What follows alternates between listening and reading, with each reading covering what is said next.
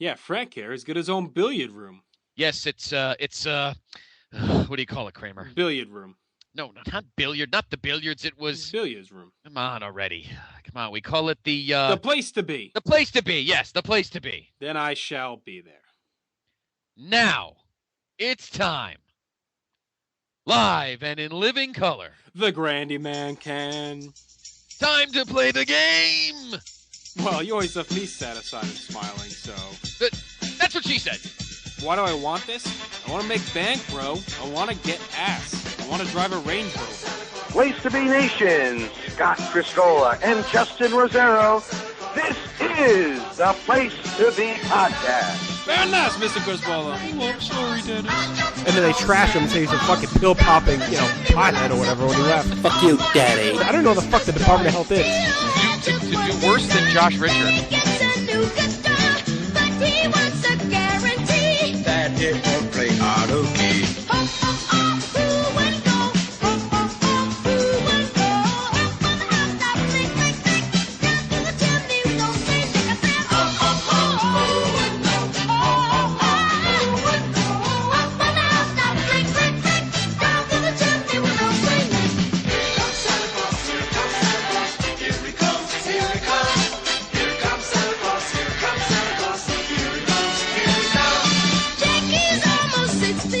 Ho, ho, ho, PTB Nation. This is Justin Rosero, and welcome to the Christmas Spectacular Headlines edition of the one and only Place to Be podcast. I am jolly old St. Justin, I guess. I don't know. I didn't really prepare that, but I do have with me the man, of course, always will be known as the Grinch of Place to Be Nation, and that is Scott Criscola. Scott, how you doing? I'm not a Grinch this evening, that is for sure. But JR, always good to talk. Always good to talk to you. Mm-hmm. And that's because Santa's got to be nice to me, and usually you're not. It is episode 181 of the Place to Be podcast, and what a special 181 it is!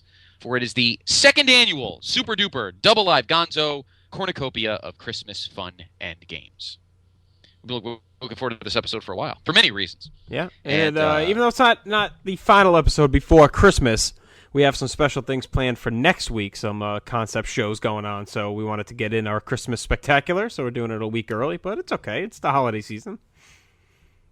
Yeah, we got a lot of exciting stuff, and boy, do we have stuff for 2013 we can't wait to tell you about. Yes, that's going to be at the end of the show. We're going to tell you all about our next big interview lined up for, what was it, like the second week in January, something like that? Yeah, second week of January, and I words can't describe how excited I am about this. Yes, very excited, very excited. Yes. Shall we just dump right jive? Let's dump jive and jiggle right in. Let's dump jive and jiggle. All right, flip, flop, and fly. No, no rundown because we got a lot of surprises. No, and that's what I'm saying. We'll just go right into it. All right. What do you want to do first, Santa Roz? What do you want to do? Let's talk about, it's been a while. We've talked a lot of old school, but it's been a while since we've talked current WWE since the last headline show. So why don't we just kind of catch everyone up to speed, what's been going on, personal feelings, what you think of the product lately, what I think of it, our feelings. Why don't you kick it off? Anything lately you've been digging? Obviously, three things. Number one, very excited about the Shield. Love all three of those guys: Dean Ambrose, Seth Rollins, and Roman Reigns, who, by the way, is a descendant, I believe, of the always awesome Samoan NOI family. I don't know what his official line is. I want to say that he's son? Rock's nephew, something of that nature. Isn't he Rikishi's son? No, he's not Rikishi's son. You sure? Rikishi's nephew? Is he one of Rikishi's sons? I thought he was somebody's nephew, but he is in the family. We going for you, nigga. No, he's not in the Shield. But, and of course, Seth Rollins speaks for himself. That's, of course, Tyler Black. Mm-hmm. And then, obviously, the crown jewel. And I'm going to mention this guy's name, and that's fine. I don't really care because, JR, you and I differentiate one thing from the other. But this, remember in 2000 when the four came in? Dean Ambrose, in my personal opinion, Dean Ambrose is the Chris Benoit of this group. Yes. He is the headline guy. He is the work rate guy. Tyler Black's a superb wrestler, but he's like the Eddie Guerrero, a little rough around the edges. Dean Ambrose is a superb wrestler, but you can look in his eyes, JR, and we've talked about many guys in the past. Okay, he is the son of Sika, brother of Matt Anoa'i, who related to Rock, Rikishi, Yoko, and Umaga. Matt Anoa'i is Rosie. That's Rosie. I was trying to think which is which. So he's Rosie's brother. He's Rosie's brother. Okay. I knew he was related to Rock in some capacity. So he's Rock's nephew or something of that nature, cousin, something like that. All right. But he's got the gene, but he's like the Batista of the group. He's probably, promo skill-wise, probably needs a little polishing. We have not seen them in the ring. We will see them in the ring in less than a week. Tyler Black / Seth Rollins and Dean Ambrose, both their reputations precede them in that aspect. So yeah. I'm very excited about these guys. You like the way they've been booked so far? Absolutely. Okay. Absolutely. Staying strong. Promos have been very short, to the point. Have not had them in matches. Have not had them look bad a couple of times, but not too bad. They got beat up a little bit by Ryback in one part of Raw, but then of course that's all right. I ain't get beat up a little bit. I mean, yeah, fine. I mean, I like them too. I think I like the mysteriousness. You could tell that they're easily ripping off a little bit of that old NWO stuff. You know, doing the promo for the undisclosed locations and the, kind of paid advertisement type of promos and just the attacks from behind. I'll be curious how they booked them. We'll get to this when we preview TLC, but I'll be curious how they booked them Sunday because they're kind of in a corner now with how to handle them. But I mean, I thought they've really made a strong debut. I thought it was well done the way they showed up, and this is one of those times, Scott. They're really just going to go for it. They can't go half-ass with these guys. I hope they don't just use them as fodder for Ryback and then bury them. I don't know if I want them to be aligned with Punk or not. It seems like they're kind of teasing it. They keep denying it, but I'd be fine I'd be okay if they're with Heyman, but even that would make me a little leery. I almost feel like they're better off. They look stronger if they're just on their own and not just working for somebody. I think it makes them, if you want Ambrose to kind of be the leader or whoever's the leader, it makes them seem a little stronger if they're on their own. Well, let's put it this way. It's one thing to be in a faction where you're all kind of equal, right? Like an Evolution, like a like that kind of thing. You don't want it to be Punk. You don't want it to be like Edge, and Legacy or Edge something. Yeah, yeah. Or you don't want it to be like Edge and the Edge heads. You don't want anything like that. No, but I agree. Maybe after WrestleMania, maybe you kind of even them up a little bit and make them equally strong. That's entirely possible. I agree with you. I kind of like them as these rogue, because for one thing, what I think they're doing is they're really pimping NXT and the Full Sail shows. Really. Right, and I think they're trying to maybe take a mulligan on Nexus. To me, this seems like an angrier, maybe more serious version of Nexus. And I'm kind of hoping that's where they're taking it, that they're going to make it just a stable of young guys that want to right all the fucked up shit they see, the young guys getting held down. Right. And that's where I hope they go with it. I do. I hope they keep them separate. I don't, as much as I love Punk and Heyman, I just don't. I don't think they need that right now. I mean, they've shown that they can be solid enough talkers. I mean, are they, expert promo men? No, but I mean, they're just starting out, and I think Ambrose is very good. He's, I've seen a lot of people, and I agree, compare him to Heath Ledger's Joker. Like, you can tell that's exactly what he's going for. He's even got the kind of the hair and everything. Right. And even Rollins has been okay, and then Roman Reigns is doing the whole silent killer thing. So, I like them. I definitely think they're one of the highlights right now. In a promotion that's kind of missing a lot of highlights. And I want to separate things, though, a little bit, Scott, because in-ring wise, wrestling wise, every week you get good matches. It's not like the mid-90s or even early 90s where, you're hurting for quality wrestling. I mean, you get quality matches each and every week on every one of their shows. The problem is that the storylines and the characters and the gimmicks, that's what's not dynamic. That's what's, kind of holding them back. And that's what makes the shows missable. That's what makes them, boring. And that's why the ratings are down. You can have great matches after great matches, but if it's always the same pairings and it's, you don't really care about the outcomes, that's where the problem is. Yes. And the reason for that is the 3 hours. There's just too much room. I think they could be a half hour. I think they could be 5 hours. I think the issue is just the quality of programming. I mean, 3 hours is a problem, but I don't think it's the problem. Well, no. I mean, Raw, even a couple of months before the 3 hours, was still a little shaky. Yeah, because we were sitting here saying, how are they going to go 3 hours? They can barely, fill two competently. Yeah, so the 3 hours is just, all right, the 3 hours is just compounding the problem. The matches are fine. The problem with the matches is the results are disjointed and inconsistent. Right. Like you've said this week after week. Guy wins. Guy loses. Guy wins again. Guy loses. Then that guy wins. So we have to make it even, so we have to lose the next week. There's no point in that. What are you trying to accomplish in doing that? There's no end game for back and forth, back and forth, back and forth. There isn't. These guys are already over. So there's no need to try and make sure one guy stays strong. Oh man, he lost though. So next week we'll make him strong by beating the guy again. There's no point in that. You're just booking in a circle. Yep. That is a con. That's a con. Pro number 2, though, obviously the growth over the last couple of months of the tag division. Yes. Tag teams have been exploding on the scene. Yep. And they're using them. They're not just using them in a feud with the champions and a team challenging. We're getting 4-weights for the number 1 contendership. We're getting tournaments. We're just everything's being used very, very well. Before we get to that, though, I want to go back a minute, Scott, because one of the things as well that really, I kind of mentioned it with the. Kind of lost my track of thought now. The 50-50 booking and there's just no reason to tune in regularly, I guess is what I'm trying to say. There's no reason to spend money on the pay-per-views because they're all kind of the same. Because like I said, the matches are all good no matter what. So there's nothing unique that stands out on TV or pay-per-view because we've kind of seen it all at this point. And it's like, I mean, I thought about going to Picasso's for Survivor Series and I was just kind of like, I couldn't even be bothered, It's like, it's just the same thing. And I'd rather wait and get the DVD from Jay Wilmette for $1, It's like at this point.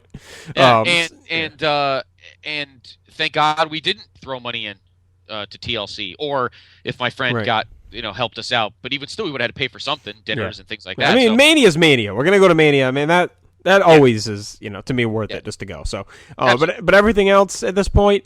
I mean, I still watch Raw every week, but it's often while we're recording, so we're kind of half watching it, and it's. I still watch SmackDown throughout the week on DVR, but none of it to me is must see anymore. I never feel like I need to sit and watch all this because it's just, it's just a lot of the same. There are entertaining performances, there's entertaining matches, there's good promos, but nothing's keeping me, tuned in. We watched that Raw from 1998 last week, and I mean, already, I want to watch more of those. I was like fired up to watch that. And you could say it's nostalgia or whatever, but there was definitely a different feel to those shows. They definitely felt more alive.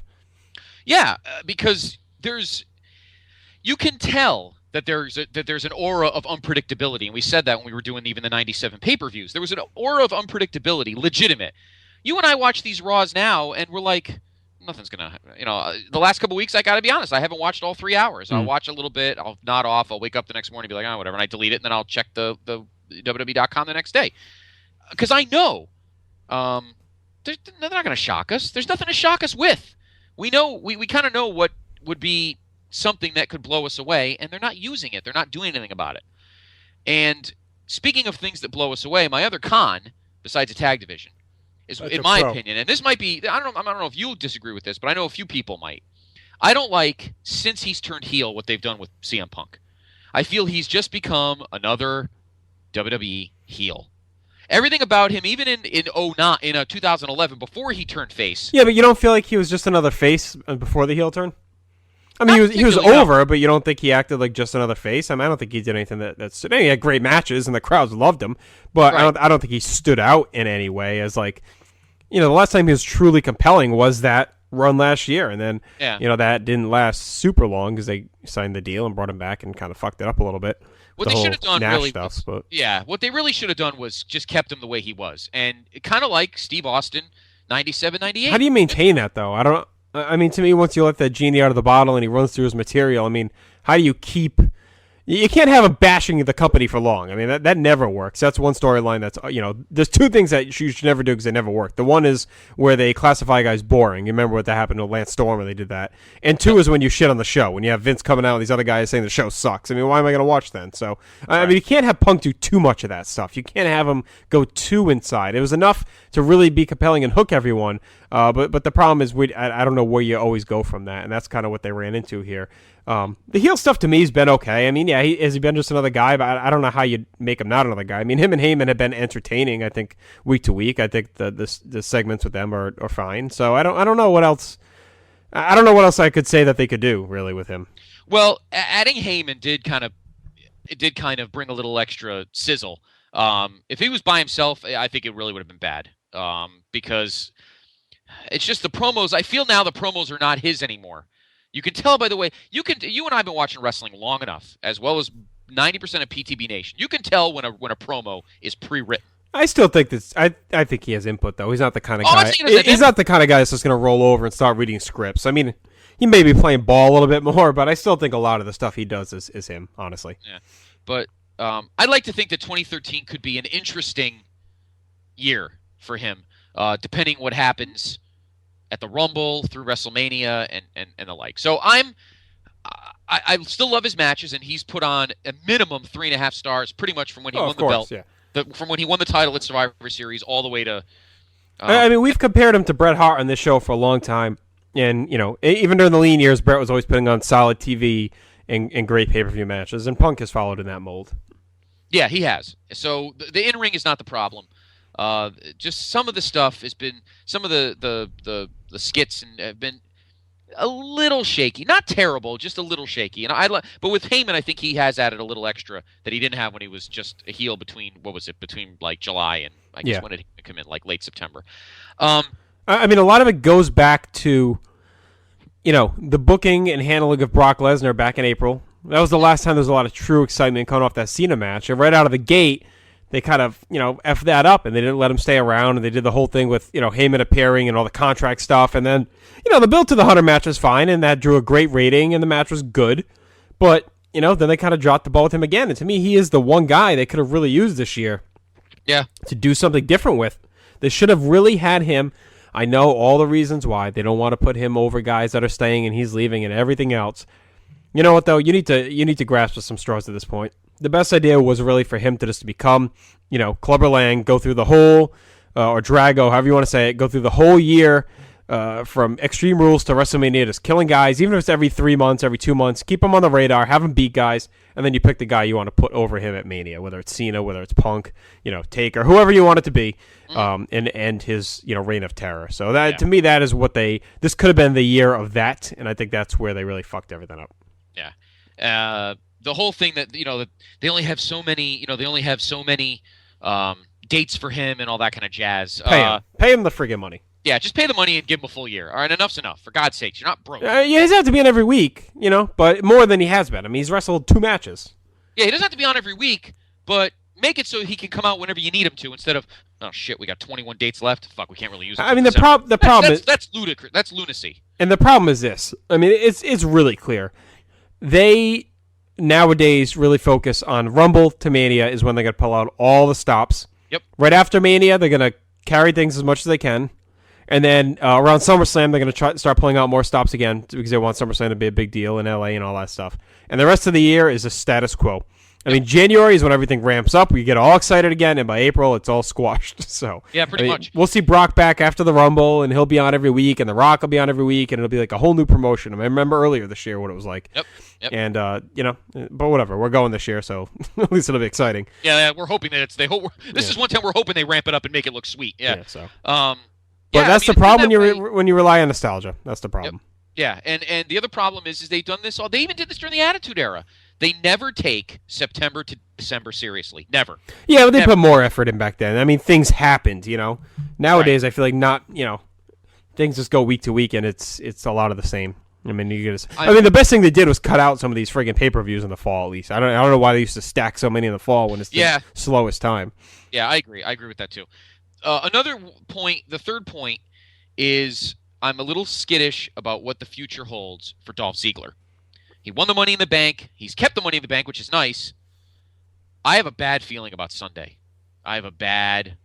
No, I don't think they're taking the briefcase off him. I don't think so either. Then he's going to win. So why? No, my head tells me he's going to win, but okay. My heart. When we do the picks, I'll explain it. But 80% of me thinks he's going to keep the briefcase. The other 20.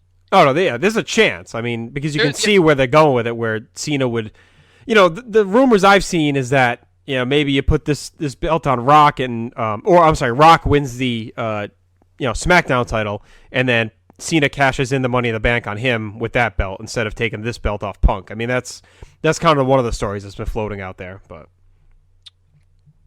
here's the other interesting thing that we have to look for in 2013. We've talked in the past. Earlier this year, we've talked about, has the Rumble been devalued by having the chamber matches in February? Yeah, we've talked about that. The chamber matches should probably be in the fall to carry the second half of the year. Exactly. The only good thing about it is now when we're trying to figure out, well, what the hell are they going to do? You think, oh, well, this guy's going to win the Rumble, so whatever. But they've built matches, title matches and stuff out of the chamber as well. So you're torn. It's a double-edged sword. On the one hand, sometimes the Rumble does feel devalued, and that sucks because the Rumble has always been, next to Mania, the crown jewel of the year. But the crown jewel, baby. Yeah, that's right. At the pay window. Miss Elizabeth. But on the other hand, you do get this sense of mystery over, well, okay, that guy won the Rumble, but we still have the other side of the coin. In February, is there going to be a title match at the Chamber for this specific belt, or will there be number one contenders? You could still kind of bail yourself out if you feel you fuck something up in January. I mean, honestly, what they need to do, why they do that. They really need to cut that pay-per-view altogether. Do a TV special on USA. Do something else. But they should probably get rid of that show altogether and give yourself a good 8-week build to Mania, 8 to 10 weeks. That's really the way to go. Because a lot of times they're just kind of booking through that. They've already started planning for Mania, and it's almost like just throwing things in there to get the point across. But I think they really should they'll never do it, but they should axe that pay-per-view. I mean, TNA's doing it. They get rid of their February pay-per-view. Which is funny because their main pay-per-view is in October. Well, they're cutting out a few. They're cutting down to like 8 or something like that. Well, they don't. You and I have talked about this. They don't make anything off their pay-per-views anyway. They're all about Impact and the TV show. But maybe they won't. I mean, they're not going to go a month without a pay-per-view. No, they should, but they won't. But they should, but they won't. I'd almost even advocate bringing back like New Year's Revolution or something in the first week of January. And then do the Rumble at the end of January and take the break till Mania. I mean, if you have the TLC in early enough in December, and do like a cool Saturday night's main event type show in February. Yeah, I think so. That's not going to happen. Well, we can talk more about this year. We're going to have on January 2nd. We have Graham Cawthon on, and we are going to be doing the 2012 year in review. There is a thread up on the Bigelow34.proboards.com message board with all categories. It's very similar to like Dave Meltzer's Wrestling Observer, the old RSPW awards. If you go there, all the categories, post yours, and we're going to tally up the votes, give the nation's votes, and then me, you, and Graham will go through and give ours. So looking forward to that. It's the January 2nd PTB podcast. So why don't we move to Sunday, Scott? I'm sure we'll talk more current stuff as we're talking about Sunday, and we can save more of the recap stuff for that year in review. Okay, let us shows. Let me get to the pay-per-view. TLC, which of course will be this Sunday. We were supposed to be there. We were, and I believe Mr. D'Amato is still going though. Oh, really? Oh, yes. Well, good for. Let us find. You don't sound very excited for him. Well, I mean, you sound kind of like he's pathetic for going. Is that well, true? I mean, is that how you feel? Well, he is kind of not getting the best card on the planet anymore. So, I hope. You almost sound like you think you're better than him. Well. What is this? Is this like Jericho in that 08 feud with yes. with what I have to put a finisher on you now, or you try to put him down for good, shoot him like he's all yellow. Yes. TLC this Sunday, December 16th, live from the Barclays Center. I bust that nigga ass right now. Ain't none of them niggas can't fuck. What? Nigga, you could never fuck me, my nigga. I'll fuck you up right now. What? Fuck bust your motherfucking ass, boy. I ain't no motherfucking joke. You know who you talking to? Old dirty bastard. You know what I'm saying? I'll fuck you up right now. Yeah. What? That nigga dirty. He ain't saying nothing. Fuck him. I'm the one-man army ain't showing. Little Brooklyn Zoo for you, Scott. I know I have a potty mouth and all, but I've never heard the word fuck said so fast in like 35 seconds. ODB, baby. Jesus, ODB. Yes, live from the Barclays Center in the unbelievably awesome borough. That's you, of the old dumb bastard. Old Brooklyn, New York. By the way, something we didn't mention on our Unforgiven 98. Did you know that the Rock and Roll Express used the Rockers theme? I fucking didn't know that. Crazy. All right, let's talk about TLC this Sunday. Let's talk about TLC this Sunday. We do have a YouTube match, JR. It is the Santa's Helper #1 Contenders Diva Battle Royal. There is a change. AJ, it's all the divas. I'm not even going to list them. AJ was supposed to be in it. She's been pulled. And the Funkasaurus' dancers, what is it, Naomi and Cameron, are now added in. Interesting. Do we really care? I picked some So all the divas are in it? Pretty much most of them, yeah. All right, I'll go with Eve. Whatever. All right, I'll go with... Is it for anything? Is it #1 contender? Is it? It is #1 contender. Oh, who's champion? This is the kind of expert analysis you get here. Might as well call ourselves ESPN Radio. Eve still is. Okay, so Eve will not be winning. We'll go with Caitlyn. All right, I'm going to go with... I wanted to pick AJ. I'm going to go with Mickey James. Oh, no, right. sorry. Yeah. I bought it for a second. You had me. I agree with you. I'll go with Caitlyn. All right, here we go. Number 1 contenders match for the tag team straps. Rey Mysterio and Sin Cara take on Team Rhodes Scholars. Our man Cody Rhodes back, resplendent with that awesome porn mustache. And, of course, the awesome Damian Sandow. Looks like he walked straight out of one of Michael Vincent's videos. Absolutely. I'm taking Team Rhodes Scholars here because I think this is the match where Sin Cara turns heel. Yeah, me too. Well, I don't know if he turns heel here. I think we start to get the split here. I think we start to feel the tension building towards Mania. Okay. But I'll stick with Rhodes Scholars as well. I think they win. I can't believe Cody's back. He had like 15 ripped muscles and everything else. And I know. Separated his shoulder and everything else, and he's back. Obviously, he healed faster than his dad used to during the day. I guess so. Let me take something, get a little Bengay in my skull. Yeah. You gotta put a little scar tissue on your forehead and be a real man. Next up, the United States Championship is on the line. Your champ, Antonio Cesaro, who, another thing I wanted to mention in our thing, he's had a great reign. I mean, he's won a lot of matches, but again, not really being focused. He's a secondary champion. These guys need to be focused, and they're not. Oh, here's a champ. Yeah, he won a match. Next, move on. Just treat it like just somebody else. He takes on R-Truth. I think Cesaro wins. He'll keep the title. Oh, yeah, no doubt. Truth actually pinned him clean a couple weeks ago, which surprised me. Yeah, well, that's not going to happen Sunday, I don't think. All right, for the Intercontinental Championship, your champion Kofi Kingston taking on Wade Barrett.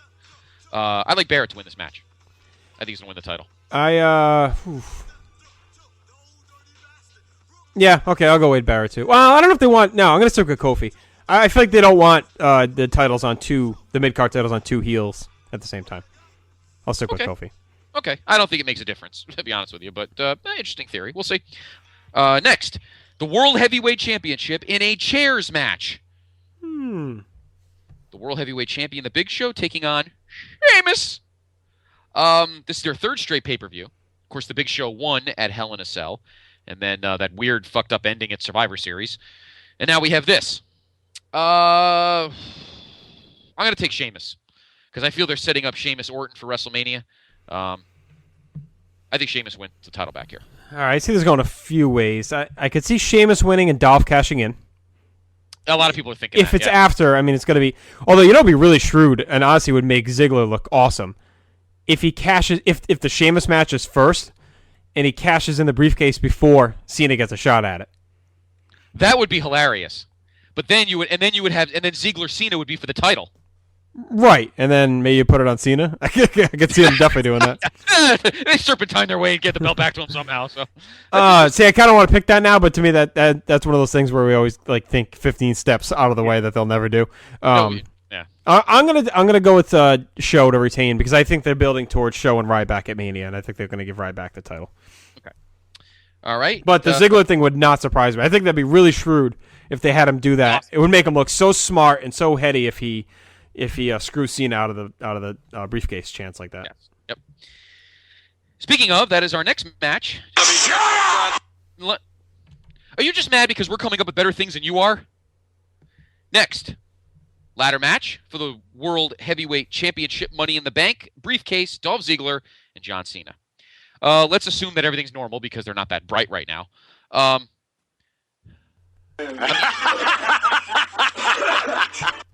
Oh, maybe you do have something up your sleeve. I hope so. Come on, I want the old Vince. I want the old Vince McMahon. And that's not going to happen.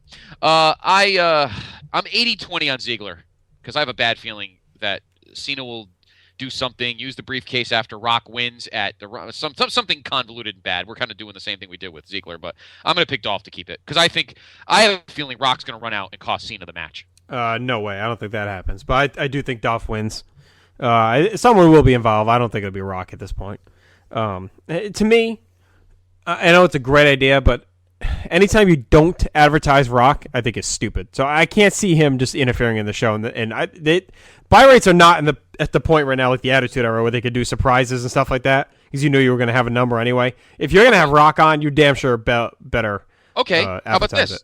How about he shows up during? How about he shows up in a YouTube clip? At 7 during the the Divas match, if people are going to. I don't think enough people are going to scramble to. Or I don't know. I think you need like a week or 2 weeks of really pimping him being on, to get the point across. I mean, how many people are really going to watch the YouTube thing? True, that's true. All right, Josh Richard. Josh Richard would think so. I think. All right, so I think Ziggler keeps it. I think Ziggler's going to keep the briefcase. But Yeah, I me would too, mind me seeing too. Rock interfere. That would be kind of cool. But you're right. At this point, you can't have him not. Is that the last match? Is it? Yeah, I think so. I think it's got to be now. Yeah, I think Because so. this next match is going to be great, but it's lost its sizzle. No. Yeah, I think Cena will be the main event, especially with it being a ladder match. In a TLC match for nothing, I guess. It's not for the tag straps, so obviously the ladder is not going to be used to get something. It'll just be a weapon. TLC match between Team Hell No, your World Wrestling Entertainment Tag Team Champions, Daniel Bryan and Kane, and Ryback taking on The Shield, Dean Ambrose, Seth Rollins, and Roman Reigns. I'll let you go first. What do you think? I mean, the problem is you got guys on each side that need to win. I mean, Ryback needs to win, but I hate to see any of the Shield guys' job here. I guess it depends. If it's a TLC with something to grab, if they find some, something you can grab off the hook, I would say that I think the faces win. Because then the Shield doesn't have the job. I think So you think if they add the tag straps in? No, maybe not the tag straps. Anything. They could have anything on there. Okay. Whatever. Check mark. I don't know. Whatever they want to use. If climbing the ladder is the object to win the match, then I will say that the faces win. If it's a pin, Coal miner's glove. Yeah, anything. Copy of Okay. Derek LaRue's gold record of his radio show. Anything. I would if it's a pinfall, I think the Shield wins. I think Daniel Bryan needs to pin. Okay. I'm going with the Shield either way. Okay. Because Kane doesn't need anything. You can have Kane. Ryback needs it though. That's the problem. Ryback does. No, but Kane doesn't need to. The pin won't hurt him. Okay, so you're saying they'd pin Kane? Yeah, the pin. Yeah, they'll pin Kane. I think they'd pin Bryan before they pin Kane. You think so? Yeah. Okay. Oh yeah. Ryback won't get touched. No. Either way. No way. If they have him get pinned, there's no point in doing. Why are you doing a 6-man? You might as well do a singles match if he's going to eat the pin. Yeah. If the Shield loses, obviously Roman Reigns. I don't do any tricks. You know what? A free pesticide spray at your house is what's going to be hanging from the ladder. With a guy with a pink T-shirt, with a pink polo shirt, and a big cockroach on the back. There you go. If the Shield loses, Roman Reigns will eat the pin because he's the one that probably needs to pay the most dues because he's the one that doesn't have the I don't know about that. I think they like him a lot. Isn't he one of Triple H's boys, Roman Reigns? He is one of Triple H's boys. Yeah, I could see Rollins taking the pin. Probably. But I think he's the third in command in WWE's eyes. All right. Well, he's going to... It doesn't matter. I think the Shield's going to win. I think Ambrose will pin... Or Reigns, if it's Triple H's boy. Reigns will pin Kane. Yeah, I could see that. Reigns pins Kane. Luther Reigns, Cole! Yeah. Maybe they'll see him. Luther's brother! God, I hope not. No. Yeah, I think the Shield wins. That's my big upset pick. If you could call it an upset. Is it really an upset, though? Don't call it an upset. Been here for years. Call it a comeback. Yeah, so there we go. There's your TLC Mix up paper. the lyrics, freestyling. You can be like Cena at 19, just going to come out and No. do your thing. Fred Durst wants to sing with you. Ulysses party thing. Machine Gun Kelly wants to come out of his trailer and sing with you. With the trash along with it. Yeah, exactly. So there's your TLC. There's our TLC picks. Yeah. The final pay-per-view of 2012 this Sunday from the Barclays Center in beautiful Brooklyn. Charles Barkley Center. The Charles Barclays Center in Brooklyn, New York. Have you watched any?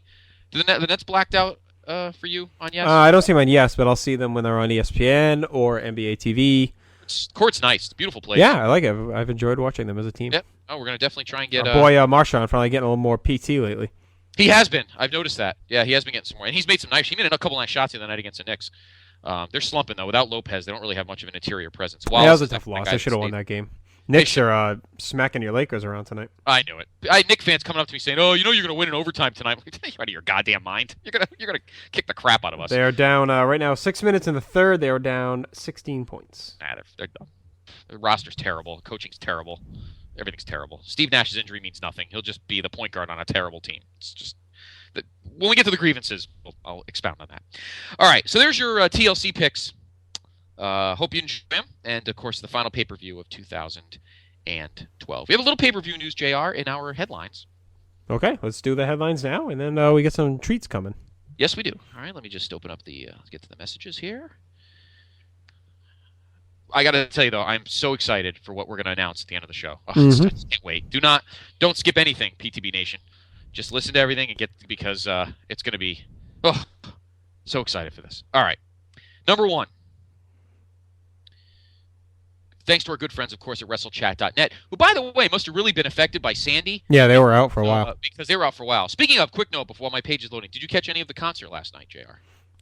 I did not. I was kind of following it along via Twitter, but we were so backed up on DVR we just had a really busy weekend, and of course last week was just nonstop. So we had a lot to catch up on, and last night was kind of our first chance to blow through some stuff. So I did not watch it. I turned it off like 2 seconds, and I saw Kanye West in his leather Piper kilt, and I turned it off. He was an absolute disaster. And that's just not me saying that. I'm not. No, I know. Yeah, I know. He got torched. He's been terrible. Yeah. And maybe I am being prejudiced in saying this, but Billy Joel stole the show. He dominated last night. Obviously, the best set list of the night. But it went to a good cause. Everybody did well. The Who sounded pretty good. The Stones all look like Crypt Keepers now. But I saw a funny tweet though, because a lot of people are shitting on the Stones, saying, "Oh, they look old" and all this stuff. And then someone said, "Hey, you know what? They may be old and look like that, but they're out there moving on stage, dancing around, singing, and you're sitting on your couch." So yes. Kind of put things in perspective. It was a good overall, though. It was a great. It was a good show. No, it was a good show. I caught about the second half of it, but I have the whole thing on DVR. I'm sure they'll put it on. It'll be like the concert for New York. Oh, I'm sure they'll release it. It'll go on a DVD. It'll go on. Actually, the pre-order on iTunes was through the roof last night. Through the roof, baby. Through the roof. All right. One last Twitter note. Anyone who's a Seinfeld fan, I know there's lots of you out there. Seinfeld Stories, at Seinfeld Stories. What they do is they take modern things and put Seinfeld characters into them, like pitch ideas. So it's like, one of them was actually Kramer and Newman start a podcast. I thought it was pretty funny. So it's very funny. Yeah. All right, ready? Yep. Story number 1. Rey Mysterio will be returning to action against Alberto Del Rio at Saturday's WWE Super Show in Wilkes-Barre, Pennsylvania, the night before WWE TLC. Other matches advertised for the Super Show include John Cena versus Dolph Ziggler, Sheamus versus Big Show, pretty much the same, pretty much the TLC show. WWE has no other events scheduled this week, so it looks like Saturday's live event in Wilkes-Barre will be the main roster in-ring debut for the Shield. So, there you go. We'll see if Mysterio can make it to Mania. That's the big question. Hopefully they try and protect them as much as they can. I hope so, too. I mean, if they have Sin Cara turn on him, they better do like an injury angle that takes him back out for like another month to keep him off TV so he stays healthy over the next months leading into Mania. Yes. Let's see. Of course, the internet wants to be a pain. WrestleChat wants to be a little snarky. All right, here we go. Story number 2. Why is it doing this tonight? Of all the nights, Christmas night. Come on, elves. Pedal the. They're like the what are they? The fucking hamsters in the Geico commercial. That's what they're turning my internet. For God's sakes, can you open it? Maybe it'll be quicker for you with your super. I'm getting that deal where it's not found because the link is broken or something. Oh, Jesus. It's taking forever for me. Poor planning out of you, Scotty. Oh, come on. God damn it. All right, we don't need a meltdown on air. Let's calm down. Did you want the story on the Tony Atlas foot fetish? Is that the one you had on there? No, I talked about that with this is fucking bullshit. I don't even want to know who you talked about with. Keep it to yourself. Developmental talent files a lawsuit? Yes. Okay, I'll read that for you. Former Dirty developmental talent Brian Jack has filed a lawsuit against WWE, Vince McMahon, Dr. James Andrews, John Laurinaitis, Ty Bailey, Kristen Actman, Santino Marella, Beth Phoenix, Shed Media USA, and Quick Trip Inc. He alleges WWE officials of hazing, sexual harassment, and threats while working in developmental, but was told to work it out with Steve Kern, and Steve Kern spit tobacco juice at his face and said, "This is a Skinner." He says Kern broke his neck, pelvis, backbone, and thumb, and badly injured his leg. So apparently Steve Kern's in the mob or something. He claims Shed Media USA produced their most recent season of Tough Enough, made him believe he'd be a contestant on the show to sign a contract that would release WWE of any and all liabilities before, during, and after production. Jack says when he asked the clause to be removed, WWE told him they sent him a new contract and never did.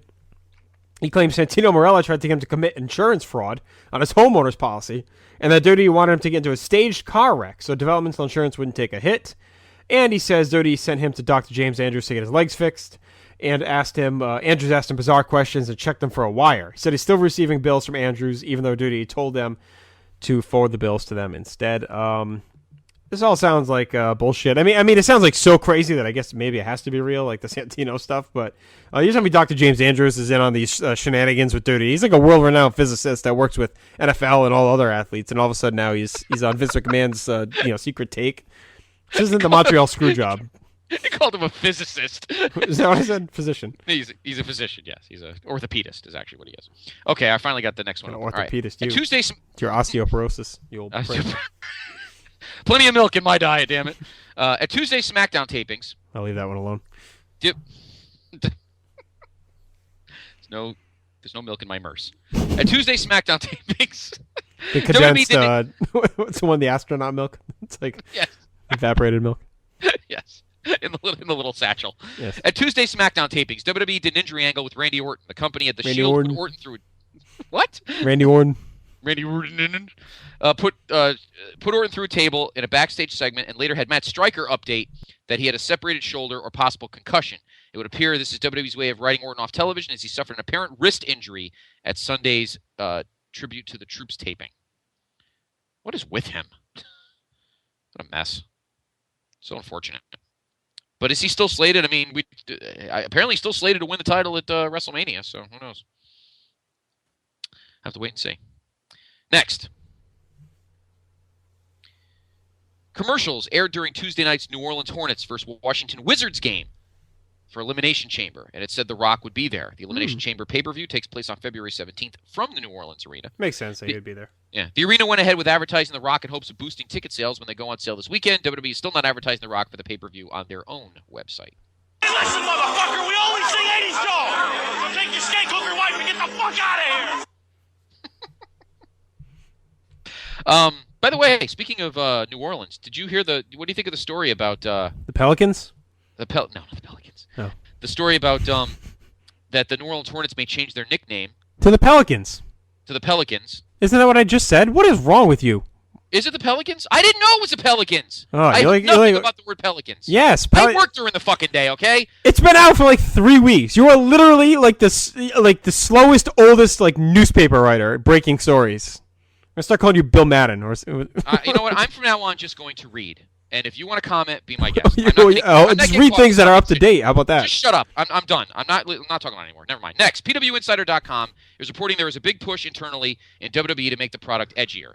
Well, this is not Vince McMahon's idea. He's said to be on board with listening for ideas as he recognizes numbers are down across the board.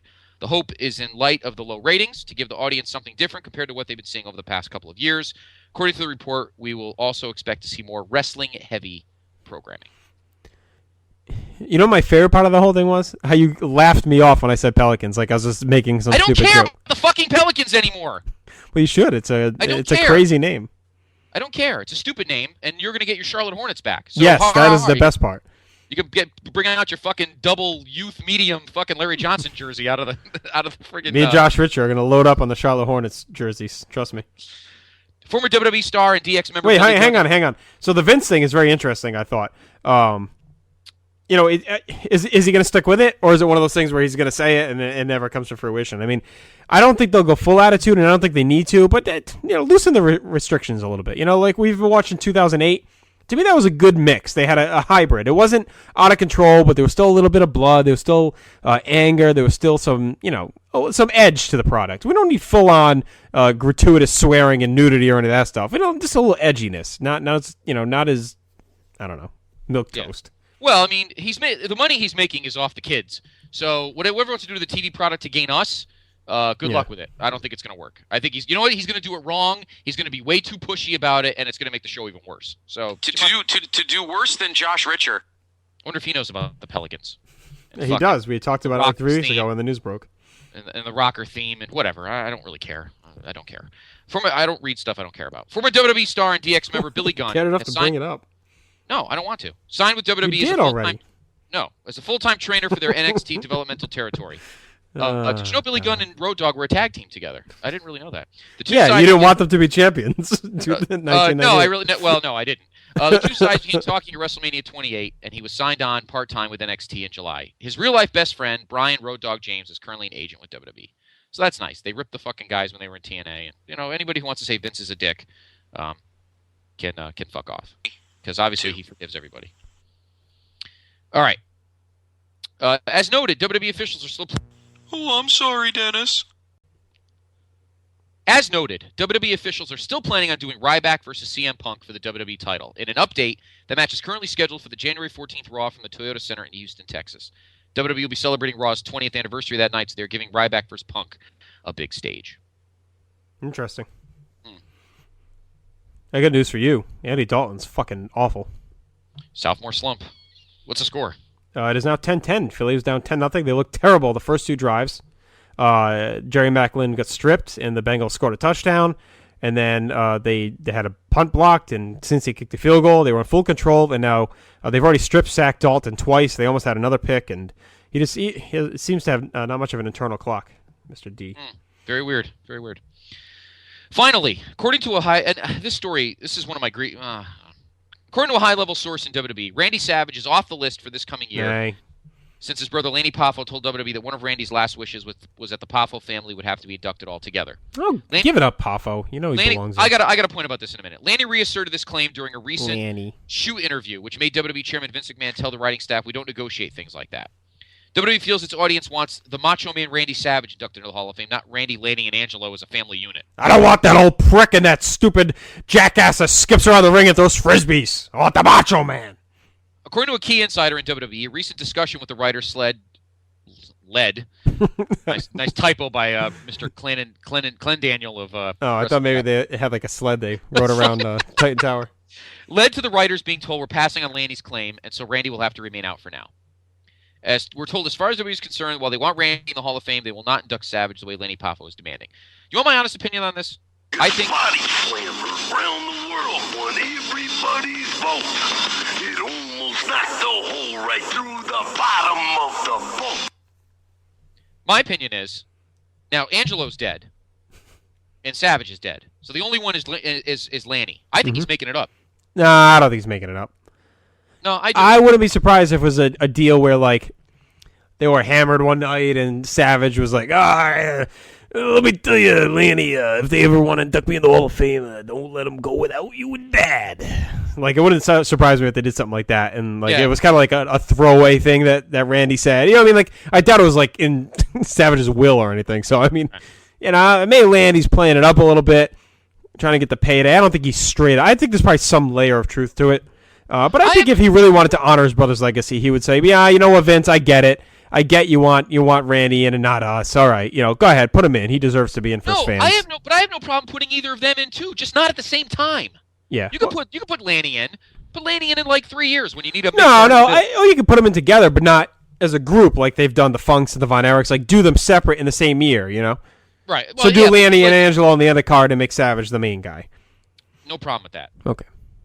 But I still think Lanny's embellishing. Well, it'll be interesting. We'll have a lot of time to talk about that in the lead up to Mania in February and everything. So I think there's a lot of embellishment involved in that, but that's my opinion. So there's your news and notes to keep us up to date on the comings and goings around professional wrestling, particularly in WWE.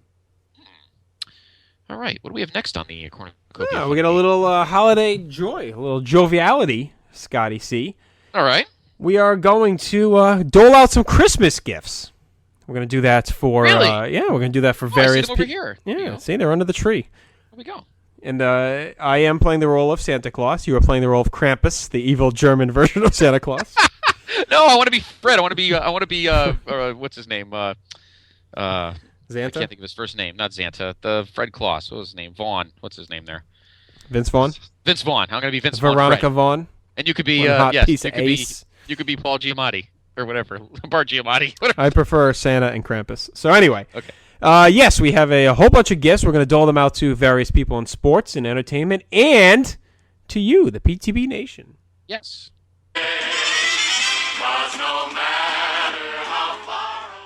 A little Christmas music, a little caroling, get the eggnog going. Very nice. All right, Scott, why don't you kick things off? Who's up first on our list of who is naughty and nice? I guess everyone's nice since they're all getting gifts. They're all getting gifts. All right, first off, WWE Champion CM Punk.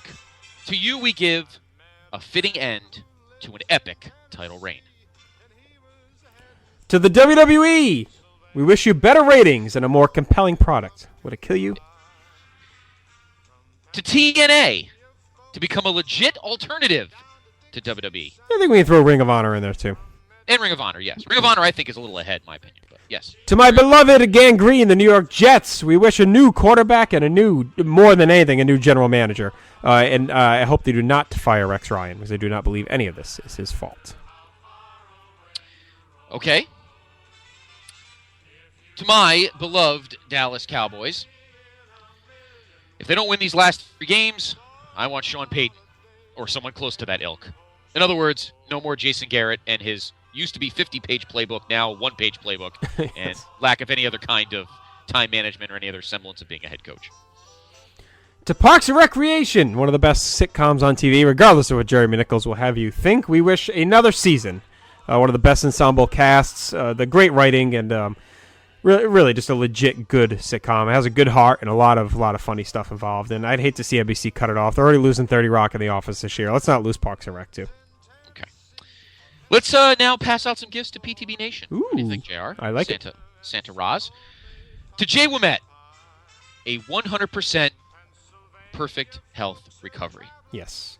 Please. From everyone. You've been one of our favorite people all year, and we know that you have your peaks and your valleys.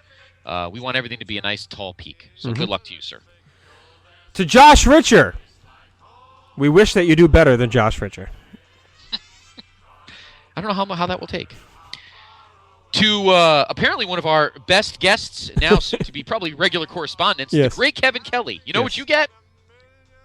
A Triple H Mercs, signed by none other than me.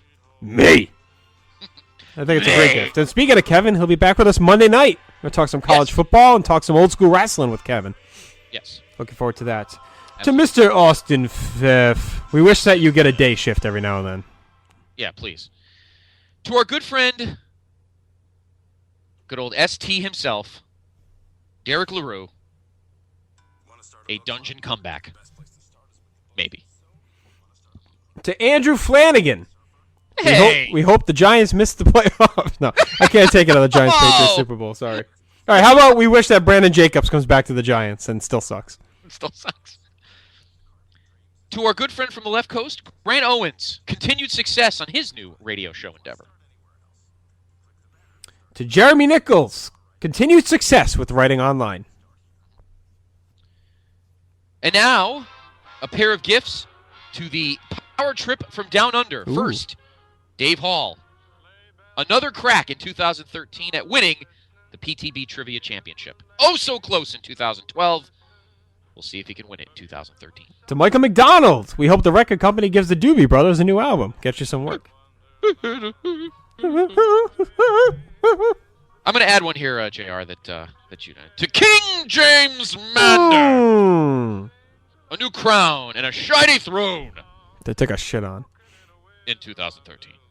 To Britt Carlson, we wish you happiness, my friend. We wish you happiness. To Jay Hinchy, the 2012 Trivia Tournament winner, absolutely nothing. Because Atlanta sucks. Yeah, fuck Atlanta. Choke artists. To Mr. Jason Greenhouse, we hope you buy us all Place to Be shirts at WrestleMania. Yes. And they all look like the NWO. Yes. And you're going to carry around the big boombox with the music blazing as we're walking through the parking lot. To J. Arsenio D'Amato, continue being older than me. Yes, we wish you youth that you'll never find. To Michael Vincent, we wish you a big box of porn. Your favorite thing in the world next to wrestling. Many nights in China. Yes. Oh, shoots, you're the man. And to the rest of PTB Nation, to continue to be the best podcast fans and supporters of all time. Because let's be honest, you guys don't listen, then we're talking to no one. Yeah, It's which you we were guys. doing for like 10 years before this. So Yeah. You guys are awesome. Yeah. You guys are absolutely awesome. Don't stop. Stay with us. We're Yeah, gonna get better and better. if we missed anyone on the list, one of the regulars, sorry, we could only do so many, but all of We'll you give- fall into the nation. Exactly. We'll give you some Musk, a pair of socks, $20, a phone card, and a 30-pack of beer. Yes, and the Best of WrestleFest DVD collection. Exactly. All right, to Scott, my PIC. Yes. I wish for you the gift of a Notre Dame national championship. I would love the crystal football, my friend. January 7th in Miami Beach. And to you, my PIC, for all the times you give me grief, I still love you. To you, I give you your new center fielder, Josh Hamilton. Let me find him. Oh, shit! Where'd he go? Oh, there's a note here. Nana boo-boo, har har har. Love, Albert Pujols. Ugh. Sorry. 5/125 scares me a little bit, Scott. I'm not going to lie. A lot of money. It's a lot. I mean, I think he's worth it. And I don't know. I don't know if I would have wanted the Yankees to give that much. But, God, they need a bat bad. You know, he would have been mashing home runs for the next 5 years. This whole budget thing pisses me off. We're going to have time to get into baseball. I'm going to let things go another few weeks before I really rant. But I am not too happy right now. Very tough, my friend. Very tough. And that's all right, because I had heard Sandy Alderson say our 2013 opening day lineup will be the same as it was in September 2012. Awesome. Get out the PBR. Those are good all times. right. So there we go. There's your Christmas gifts. Merry Christmas to PTB Nation and to all of our sports and entertainment friends. And, of course, PIC. Merry Christmas to you as well.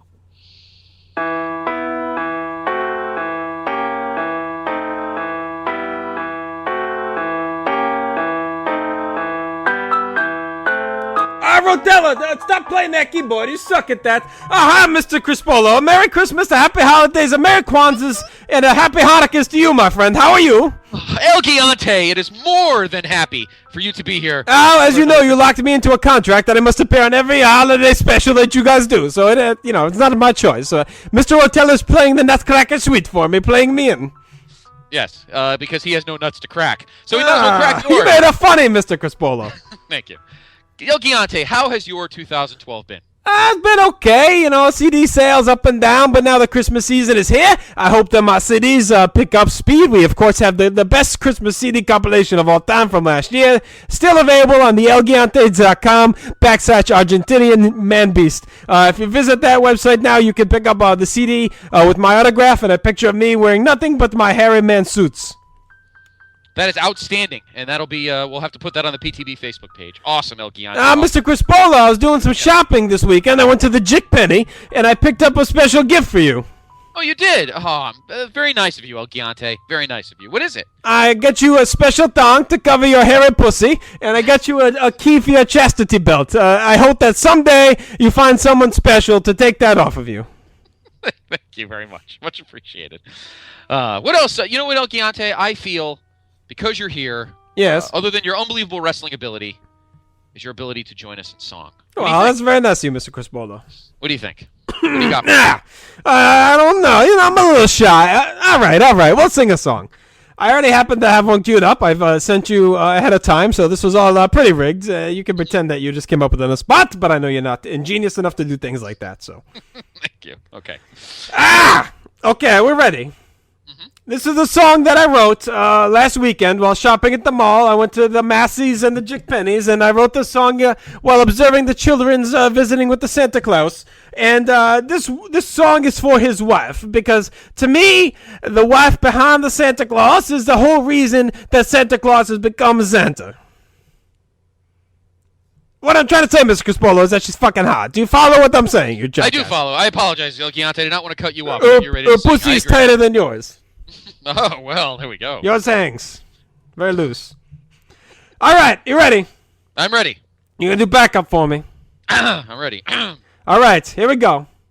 Happy holiday! Happy holiday! Happy holiday! Happy holiday! While my merry balls keep ringing, happy holidays to you. To you. It's the holiday season. And Mrs. Claus is coming back. The Christmas snow is white on the ground. When old Santa goes into town, she'll be coming down my chimney down. Chimney down. It's the holiday season. Holiday season. And Mrs. Claus has got a toy to use to pleasure this giant boy. She's a great big bundle of joy. She'll be coming down my chimney down. Chimney down.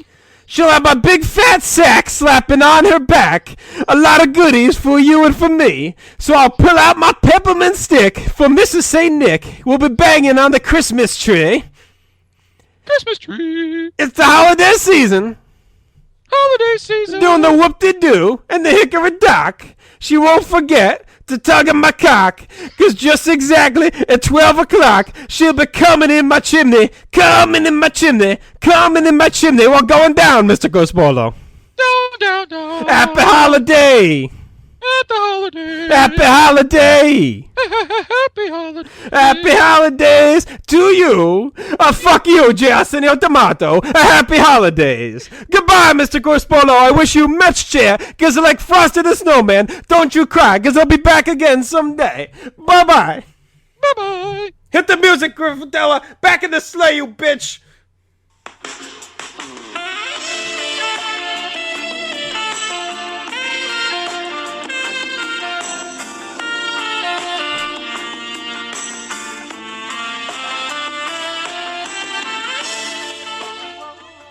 Beyonce back with force. Wow. What'd you think? Not bad, huh? I could take or leave your part. I thought his was pretty good. Well, it's whatever. I'm only the backup singer. It's all right. I still get a paycheck for it, so I don't give a shit. All right, El Giante making his. He gets on the show about as often as Brock Lesnar's on TV. So. Yes, well, he has limited dates on his contract. Limited dates on his contract. All right. So there we go. Hope everyone enjoyed this year's El Giante Holiday Carol. Happy, happy, joy, joy. All right. As the year has ended, JR, our next bit of business is to air out the 2012 grievances. Now, you're going to hear about it. And now, as Festivus rolls on, we come to the feats of strength. Oh, I screwed up the clip. Well, that's still a good line, though. I hope Santa gets me the ability to find these clips easier. Yeah. We've already given up. Santa already got rid of the buffering, which is very nice. We got a lot of gripes and grievances. Welcome, newcomers. The tradition of Festivus begins with the airing of grievances. I got a lot of problems with you people. Now, you're going to hear about it. All right, there we go. A new tradition here on the PTB, a little Festivus magic, and as Scott said, we're going to air some grievances. We each got about a half dozen of things that we're going to vent about. Let me start things off, Scott. Go right ahead, JR. I've already started venting on this, so I'm going to continue on with the Jets front office. Made a fucking mockery of the last 2 years. I was watching clips of, because Braylon Edwards, as you know, resigned. He'll be playing Monday night. I was watching clips of Mark Sanchez throwing bombs to Braylon Edwards, and the confidence he had just 2 years ago was amazing. The number that they've done mentally on this guy, they make back-to-back AFC championships, and then they go take all his receivers, trade him away. They bring in Plaxico Burress and Derek Mason. They get rid of Jericho Cotchery. They get rid of Braylon Edwards, who had great chemistry with Sanchez. Totally broke his rhythm. They went cheap on the offensive line. They lost Damian Woody to retirement. And then it's totally strip-mined an offense that went to back-to-back title games. You can see that Sanchez has never been the same. He's a wreck now. He's skittish, and I don't think he's ever going to turn it around there. I don't think his career is a lost cause, but I think it is in New York. And the fact that they gave him this stupid extension now that they're pretty much tied to him next year, I don't know what they're going to do. They're going to have to eat a year of him being a guy handing off the ball and throwing 10 passes a game. That's what it's going to be, unless they're going to pay him to be a backup. They bring Tebow in, that backfired. Tannenbaum's got to go. He's got to go. They had no depth on the receivers. Look at our receiver tandem on the Thanksgiving weekend football game at Carson Circle is better than the mess they're running out there now. So that front office needs to be overhauled. I really hope they don't fire Rex. The fact that this team is playing as well as it is, considering all things considered, to me, Rex deserves another year.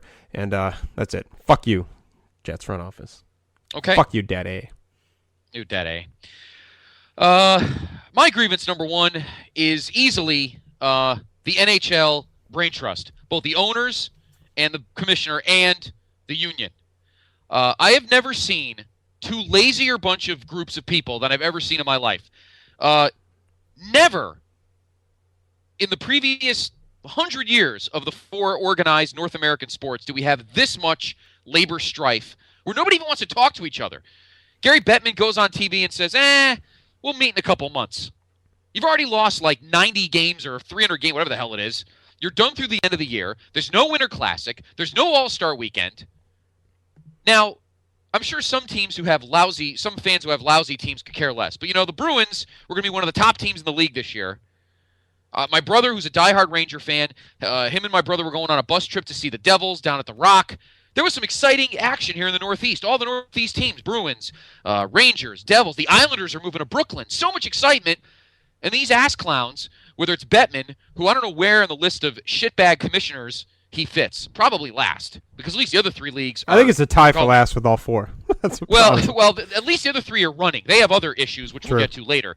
But at least, but this is a fucking mess. 3 work stoppages in the last 15 years. 3, and it's going to be two lost seasons. 2 whole seasons, JR. Would you ever think that one of the 4 major North American sports would just have no season? Not once, but twice. Big grievance to Gary Bettman. Fuck you. Quit. Go away. You suck. And you know what? Donald Fear, the minute I found out Donald Fear headed the union, I knew they were fucked anyway, because he's a selfish prick who only cares about his 10%. They are screwed. Screwed. All those hockey players that are playing overseas, Tyler Sagan's kicking ass in Czechoslovakia. All those guys are playing great overseas. They don't give 2 fucks, and neither does Donald Fear. He's getting his 10%, and that's all it comes down to. So number 1, fuck you, NHL. You're going to vanish. You're done. MLS will be the 4th North American sport, and that's not saying much. All right, my next grievance that I'm going to air. Many of you already know this one because throughout the year it's been the bane of my existence. That is the poor customer service of some of these companies. I'm looking at you, Cardi's Furniture. I'm looking at you, Cox Communications, running me through the mill, making me call, making my blood pressure go through the roof. It was to the point where I was actually considering opening my own business, handling customer service issues, because I got so adept at how to talk to these people and escalate on them and get what I needed to get. Eventually, I got everything taken care of, but it's only because through persistence. And if there's one thing I can tell you people out there, never assume that any of these companies is doing anything right by you. Always check your bill. Always check for any additional fees you shouldn't be getting. And if you need to, you call. Call and have an issue taken care of. Or implant a friend in your company like Derek LaRue that can hook you up with things, but one or the other. Never take anything for granted. Always assume you're getting screwed. Always look things over and speak up for yourself. You got to be your own advocate. So fuck you, customer service at Cox. Okay. Grievance number 2. Both major American political parties. Republicans, you had a golden opportunity sitting in your lap. A guy who was all sizzle and no steak, who had a horrendous first term. It was handed to you, and you blew it. Poor campaign strategies the last month of the campaign. Overstating polls. Getting people pumped up, getting people hyped up, and then Election Day came, and Mitt Romney, who I still think is a nice guy, got crushed. That's embarrassing. But Rasmussen said he was going to win. That guy had a worse... Yeah, he did, and he dropped the ball for the first time ever. Well, Scott Rasmussen dropped the ball. He had gotten every presidential campaign right since he started his poll. Now, Democrats, you're in control. You've got everything you want right now. Republicans look like they're going to step back and let you do whatever you want. But if the $1 trillion tax thing does not work, in 4 years, you better go run and hide. Because if Hillary already said that she's not running in 4 years, you're fucked. Bad situation in this country right now, and that includes both sides. Grievance number 2. Horrendous political landscape in this wonderful country that we live in. Not so wonderful when you're on the road, though, Scott, because this is my third grievance. Fucking shitty drivers. Oh, they drive me insane. Under the fucking speed limit, on the phone, texting. They can't. Don't be on the cell phone if you can't handle doing 2 things at once. Drive the fucking speed limit. If you don't drive the speed limit, your license should be immediately taken away from you. Immediately. Drive the speed limit. Make a left-hand or right-hand turn within 3 seconds, not 45. Put your fucking blinker on when you're going to turn. Learn how to drive or get the fuck off the road. People are trying to get places. Not everyone's out for a Sunday afternoon stroll in your car. Stop wasting expensive gas if you're just going to lounge around. When I can fucking walk faster than you're driving down major roads, there's an issue. So before I have a serious case of road rage and get myself locked up, please learn how to drive. Somebody out there. I will piggyback that grievance because Dicks. here in Fairfield County, it's no Don't better. piggyback. I already had enough back injuries this year. Grievance number 3, the Los Angeles Lakers. I, for the last 2 years, did not want Dwight Howard. The one thing about Mitch Kupchak, who I actually met at the Big East tournament, nice guy. The what? The what tournament? Oh, God, that's another grievance later on down the line. Okay. That's my next one. Okay. When the Big East was king. But they were all about chemistry and putting together a team that all worked together. Even the roster that they've had the last couple of years has been fine. What they have on the court right now is a bunch of guys who kind of know what they're doing and are doing it poorly. Dwight Howard is a train wreck. No business spending that kind of money. And I what sucked is he would have gone to the Nets, which would have really made me upset because I like the Nets. And that would have been a mess. They were so smart not to get him. Well, he's definitely gone, right? He's leaving? He's going to leave. He won't stay. He won't stay. He's going to end up in Houston. 1 year train wreck, and that's the end of that. But this year is another year. Now, I read that article that you sent me on Grantland that Simmons wrote about Kobe. Yep. Excellent article. Tremendous article. He wants to be Michael. He wants 6 rings. He actually wants 7 rings. He wants the all-time points record, which actually isn't even Michael's. It's still Kareem's. But he wants to be Michael. He never will be. Never. But this team they put on the court this year is an absolute embarrassment. And for a team with the legacy, they are the greatest NBA franchise in history. Better than the Celtics overall. Better than the Pelicans? They have more championships. Better than who? Better than anybody else. And what they and Steve Nash I don't have a problem with, but the problem is who knows when the hell he'll come back. But look, they won championship. I don't want to hear about the fucking free throws. Wilt Chamberlain won a championship, and he could put the ball in the ocean. Kareem was silky smooth. Kareem could do everything right. Shaq, he might have a game where he goes 3 for 12, but then the next game he'll go like 17 for 25. I look at Dwight Howard at the free throw line, and it's like he's looking at the hoop. They're not even close. You might as well bend over and shoot him out your ass. It's an embarrassment. It's a joke. And if I were Kobe, I'd be pissed off too. Team is a mess. And the front office, Jerry Buss must be so distressed. Must be rolling over in his grave. And he's not that old. He looks it sometimes. Well, your team's actually battling back here. They're only down 11 right now. Nah, they're not going to win. And if I were Phil Jackson, I'd be happy that I stayed home. You do not want to walk into this train wreck. All right, it's enough about a team no one cares about. All right, my next grievance has to do with people who are late. Now, Scott, I don't want you to think this is a dig at you. I had this on here before you showed up late tonight. People who are late. I make it a point in my life to be on time because I have respect for certain people. I like to show up to things on time, be there when things are scheduled. People who seem to disregard this thing called a timeliness and respect. I don't understand what goes through someone's head that doesn't allow them to allot themselves the time that they know throughout their life has taken the same amount of time to prepare yourself to get dressed, get your keys, get on the road. You know how you drive and where you're going. I know. To me, I can't even fathom what kind of person is that. I'm done. Number 4. All the teams in the Big East that have a football team. You suck. You're never going to be good. Never.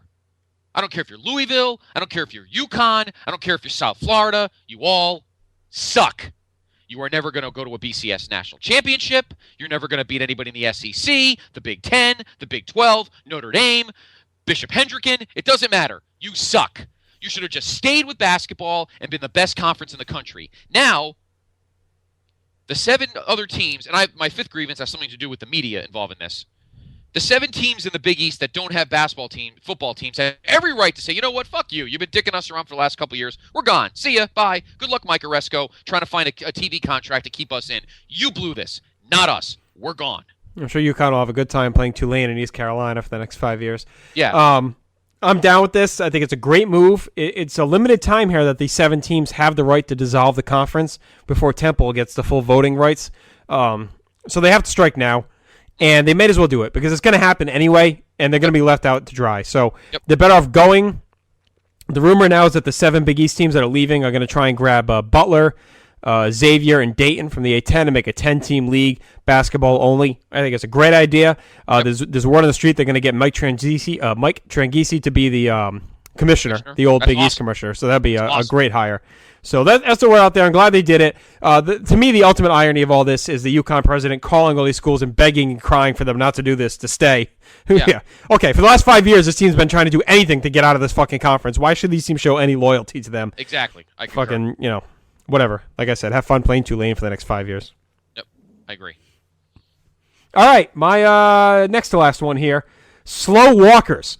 Scott, I like to just walk. I like to get places. I don't like to linger and loiter and chat and look around. When I'm walking, I just want to get to where I want to go. I'm leaving work. I want to get to my car and get home. I don't want to spend 10 minutes on the path trying to get home. And then when these fat slobs are walking slow, there's 3 of them in a row or 2 of them in the center of the fucking path. Move over so people can get around you, so I don't have to stomp through the grass around you and look like a douche. I just want to get to my car. I don't care what you had for lunch. I don't care what you're doing on the Christmas weekend. I don't care if you're going to the mall. I don't care if you're going to pick up your kid at soccer. I don't care. I just want to go somewhere. If I'm out at a store, people lounging around. They stop in the middle of a fucking aisle. Look at where you are for 2 seconds. Look around. Turn your head. Have awareness. Be aware of everything around you. I know it takes a certain level of intelligence to think like 1 step ahead. I'm asking you to think a half a step ahead and think of what you're doing and how it's going to affect the people that are walking or driving or doing anything behind or around you. Just have a little common sense. I know that 90% of America is dumb as shit. I wish you would just show some level of normalcy, some level of intelligence somewhere inside your empty, thick skulls. Fuck you, America.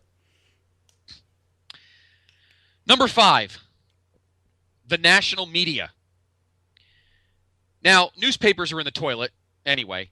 Well, yeah, you're the only one left reporting news from them. Writers are show their bias against things, whether it's a person or a religion or a party or a MERS or a this or a MERS or a fanny pack, whatever. But what pissed me off the last 2 days about this Big East story, they weren't just the 7 non-football schools. They were the 7 Catholic non-football schools. Well, they are. Why do they keep calling them the Catholic schools? Well, because they're what the 7. seven. What the fuck does that matter? Well, they're the 7 Catholic schools. But why is no? I'm not getting a debate with you. This is not a debate. This is my time. Why do they have to be Catholic? Why there's 7 non-football schools? Well, this is what I think to describe the smaller. Catholic? Because usually most Catholic are small private universities, so it's just a way to kind of describe. I think it's cool. I think it's like a gang, the Catholic 7. I like it. Well, the funny line earlier today, Tim Brando on a show on CBS Sports Network said, "What? That's a network." The Cardinals are meeting in the conclave, which is, of course, where they meet to decide who the Pope's going to be. So, ha ha ha. But it just really, I don't know. It torqued me off this morning. They're the non-football schools. The fact that they're Catholics are relevant, although I didn't realize DePaul was actually a Catholic school. So I did learn something out of it. But the fact remains is why them being Catholic is such a big friggin' deal. Yeah. But that's, of course, religion is an embarrassment to 80% of the people in this country. And like I said, they're all stupid. So my final grievance airing is towards Austin Pfaff. Go fuck yourself. My final grievance is with people that don't know where they're going, that drive in the middle lane on the highway. Yes. All right? I drive in Connecticut, and if I have somebody in front of me with a fucking Illinois plate, move over! Get in the right lane. That's the point for people who don't know where the fuck they're going. Don't drive 50 in the middle lane. And if you drive 50 in the left lane, I'm putting you in the fucking barrier. Move over if you don't know where you're going. Well, Connecticut should just be... Well, we've talked about this before. Connecticut should just be paved into one giant highway anyway, but... All right, there are your grievances. We have been aired. I feel a lot better, Scott. Do you feel better? Yes, much. Thank People are going to think we're really full of hate, but I think it was good. I think it's good to get that out every now and then. Okay. Part of Festivus. It's okay. Feels good. Now it's time for the feats of strength. All right, let's take a break. How about that? Well, I want to mention one more thing since we're doing Christmas in 2012. I don't want to mention it during the football segment. Ew. Overall, I'm really happy 2012 is ending because there were a boatload of negatives amongst very few positives. Not sports, not entertainment. This is just life in general. 2 big positives occurred this year. 2 beautiful new lives entered this world in 2012. Of course, earlier this year, of course, my mind's mush. I'm going to walk into a joke. It was late February. Yes. That your beautiful daughter, Juliana, entered this world. And it was in early August that I got another niece, my beautiful niece, Olivia. But I feel like I had to trade it because we suffered... Today, I found my 5th death of the year. Back in March, my good friend Terry, who you met a few months ago, her father passed away. Then, of course, in the span of, 21 days, 2 of the nicest guys on the face of the earth we had to bid farewell to. And that was, of course, your wonderful father-in-law, Joe, and, of course, my dad, Sal, who died last Monday. Then I find out my next-door neighbor over here had a heart attack on Monday. Jeez. You probably heard the show. Yeah. Then I find out today, who you find out, one of our coworkers Big Rocco, Mm-hmm. died. What the hell? Yeah, nice guy, Rocco. Rocco was a good guy. He always had health issues, but he was a good guy, though. He was a good op. And we used to talk about food and everything. He was a good I'm sure he wants that to be on his but part of his legacy. Talked about food, yeah. No, he was a good op. I'm sure that's what he wants. But he was one of the best. He was a good No, worker. he was. He was a good worker, but he, as you know, JR, you remember him when you were. He did have a myriad of health issues. Yeah. But he battled through them. He lost a lot of weight. He was, and suddenly came out of the blue on the way home tonight. He passed away. So my 7th grievance is this year in general. Sans the 2 wonderful births, I'm glad it's ending. Yeah, we're ready for a new year. I think it'll be a good year in life and here in the nation. So thank you, Scott. I think that was well said, even though you're probably depressed, everyone listening. So let's take that break, shake things off. When we come back, we're going to have the worst prognosticator in football history. That's Kyle Forchetti will be joining us. We're going to do a little around the league. I thought you were going to say me. I'm only the second worst prognosticator. You're only second worst. So we're going to do our little around the league. We're going to do week 15 predictions, and we're going to reveal our big interview subject coming in January. So stay tuned. All that and more here on the PTB Holiday Christmas Spectacular. Krampus Claus, Santa Claus. We'll be back in a minute. Because... Hey, guys. Whoa, big gulps, huh? All right. Well, see you later. Promotional consideration paid for by the following. How many pro wrestling news websites do you visit to get your daily news? 3, 4, maybe 5? Do yourself a favor and make that number 1. WrestleChat.net, the only professional wrestling news site that brings you all wrestling news all day long, and is home of the critically acclaimed Still Real to Us podcast, starring former CZW, ROH, and ECW announcer Eric Gargiulo and the champ Jeff Beck. That's WrestleChat.net. WrestleChat, it's where it's at. So there's WrestleChat.net, indeed, where it's at. Great message board, plenty of news topics to browse, WWE, TNA, Ring of Honor, the Still Real to Us podcast, much, much more. It's the official place for the PTB headlines, and if you click the PTB gnome on the right of the screen, you will head directly to our Podbean page and our full catalog of shows. So check it out, WrestleChat.net, indeed, where it's at. Also, head to our message board, bigelow34.proboards.com. It's really where PTB began. Our written reviews, the territory wars, so much more. So head to our message board, bigelow34.proboards.com. If you want a one-touch spot for our show, head to Stitcher.com and the Stitcher app for all phones and tablets, iPhones, Droids, whatever you got. Go to Stitcher.com for more details. We also can't forget our good friend Graham Cawthon and the history of WWE.com. It's the best research site you will ever find. Past ring results, pay-per-view reviews, and so much more. Graham's a good friend of the show. Always help you with what you need. So that's the history of WWE.com. We can't forget our good friend Jay Womet. Continues to battle lymphedema. The guy's a warrior, folks. For a guy who's had so many medical problems, he's always in great spirits when he's on the show. He's one of our dearest friends. There's a great way you can help him out. Medical bills are not cheap, particularly with a very a unique condition like his. So head to our board, bigelow34.proboards.com for more information. We'd also like to welcome our newest sponsor to the program, and that is the Wrestling Forum at twfnews.com. Listen, they're a wrestling forum, they're a blog site, but really they're much more than that. The guys at TWF are looking to create a wrestling media nation by affiliating with as many top-quality blogs, podcasts, and vodcasts as they possibly can. And that includes yours. They're the official forum of WrestleChat.net, and we here at The Place to Be have already joined up to have our podcast featured on there as well. So go check them out and find out what they're doing and what they're about at twfnews.com.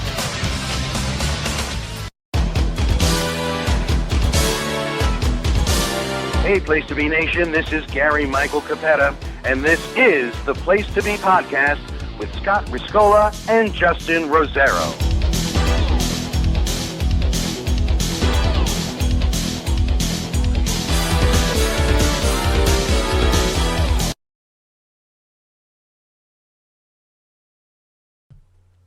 What you talking about, Gary?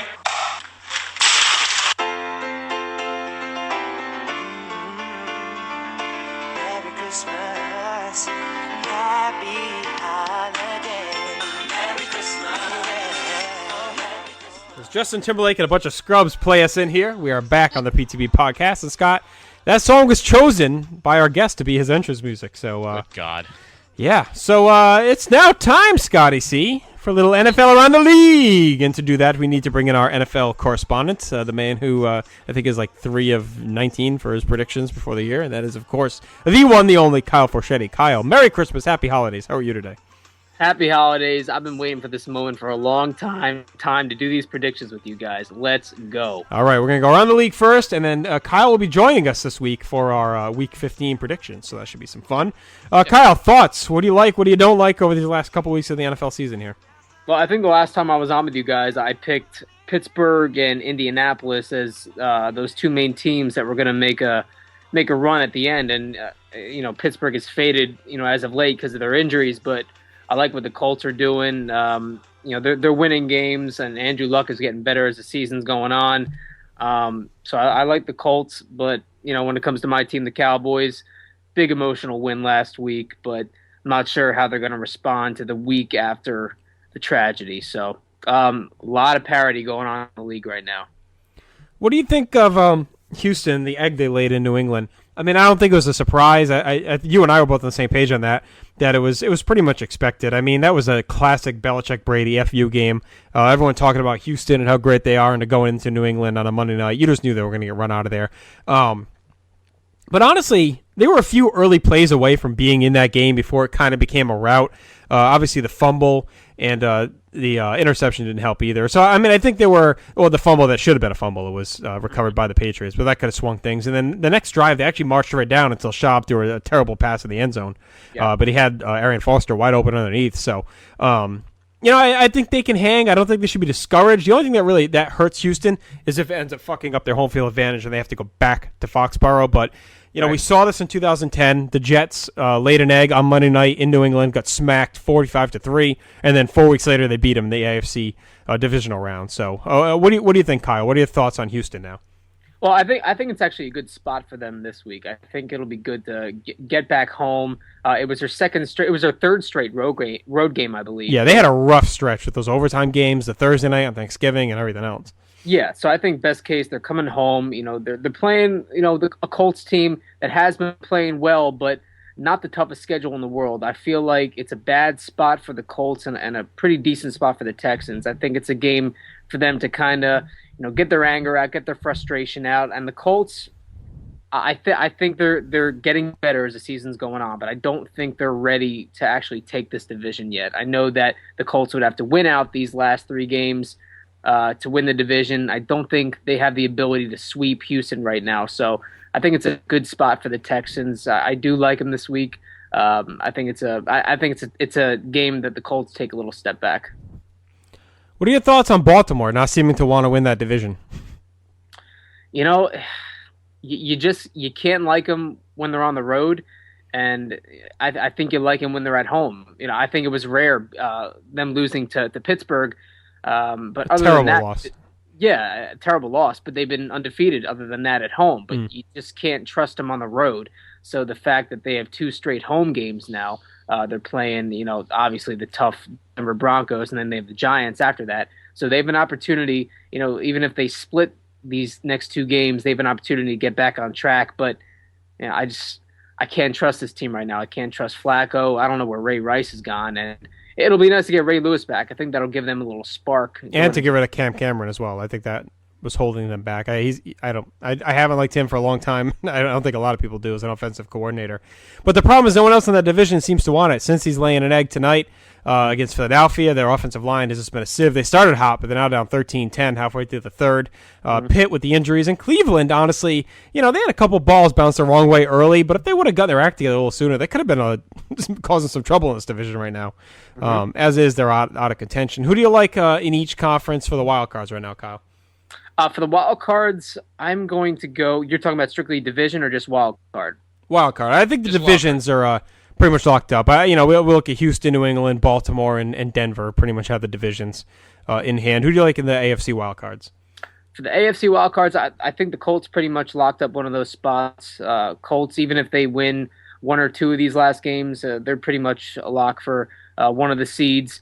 And I think Pittsburgh gets back on track. I do think they're going to be that 6th seed getting into the AFC. So I have the Colts and the Steelers as my 2 AFC. You'll love for the Jets? You don't think they can sneak in? I actually like them this Monday night, but I can't trust that team right now. I got to go with the quarterbacks right now. Soft schedule though. They got Tennessee, San Diego, and Buffalo. I know. I don't know. They're gonna be sitting there at 9-7. They're going to be in the hunt. I'll say this. I do like them this week, though. Listen, I said at the time that loss, blowing that game to New England in New England really fucked their season up because they could have been sitting at 7 wins already right now, only needing 2 more or 3 to, they would have controlled their own destiny. And, they had that game won. I know you can say that about any game, but they had that one. If Stephen Hill catches that pass, that game is sealed. Scott, who do you like in the AFC wildcards? I do like the Colts. As for the other pick, not a big fan of Pittsburgh. Well, it's going to be Pittsburgh or the Jets. Since he's lingering, but this loss tonight is going to be a bad one if they don't. Yeah, pull this out. I don't really like Pittsburgh right now, though. I think I'm going to stick with the Bengals. I think they could weather this loss and still snag the last wild card. Well, they got a couple of tough games, the Bengals, after this. They got Pitt, and I believe they have Baltimore, right? Oh, no, Pitt and... Baltimore, too, yeah. Is it Baltimore? Okay. Kyle, I have a question for you. Let's talk about, you keep talking about the Colts, and I think they've had a fantastic year, and obviously playing the emotion of Chuck Pagano, and looks like he might be ready to he might actually coach their last regular season game. I had said all year, because both are having great years, that whichever between Andrew Luck and Robert Griffin III, whichever one of their teams made the playoffs, they'd win Rookie of the Year, because statistically they're almost even. If they both make the playoffs, who would you pick for Rookie of the Year? And what do you think of a sleeper like Doug Martin?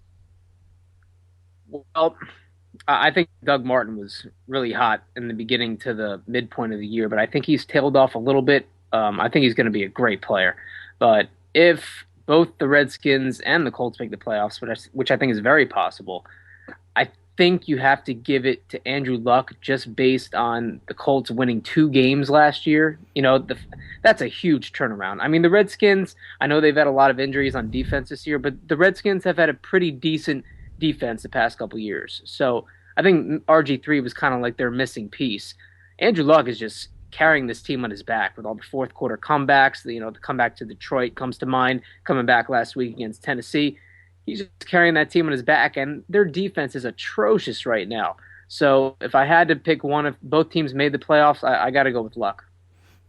Justin, what do you think? I'm going to cop out. I think it should be a tie. I think they've both been as equally important to their teams. I don't think either team is where they're at without them. Luck's probably meant a little bit more, but you can't overlook what Griffin's done. Not that you were. I don't think Doug Martin really has a stake to claim in this race at all. I mean, he's had a great year, but he hasn't been nearly on par as those 2 quarterbacks have been. So I'm going to say that they should probably split the award. I think they've been tied together all year. I think they've both earned the right to say they were Rookie of the Year, and I think it'd be fair to give it to both. The Bengals, by the way, I did the reverse jinx apparently because they just picked off Nick Foles and now are driving to try and tie this game. So let's switch over to the NFC, Kyle. I'm sorry, Scott, go ahead. Oh, I just one more. Well, do the NFC, and then I have a question about comeback player of the year. But let's talk NFC. Go ahead. All right, NFC, Kyle. Who you like for the wild cards over there? Oh, let's do the divisions over there too, because a lot of those, other than Atlanta, are all up in the air. Okay. For the divisions in the NFC. Divisions and the 2 wild card teams. Okay, for the divisions, I have Atlanta hanging on to the first seed. They're going to be the first seed. The second seed, I have the Green Bay Packers. I feel like they're a team that, they're winning games right now. Obviously, they've won, 7 straight games, something like that. But they're getting healthier. They're going to get Clay Matthews back this week, and Charles Woodson should be coming back soon. Not this week, maybe the next week.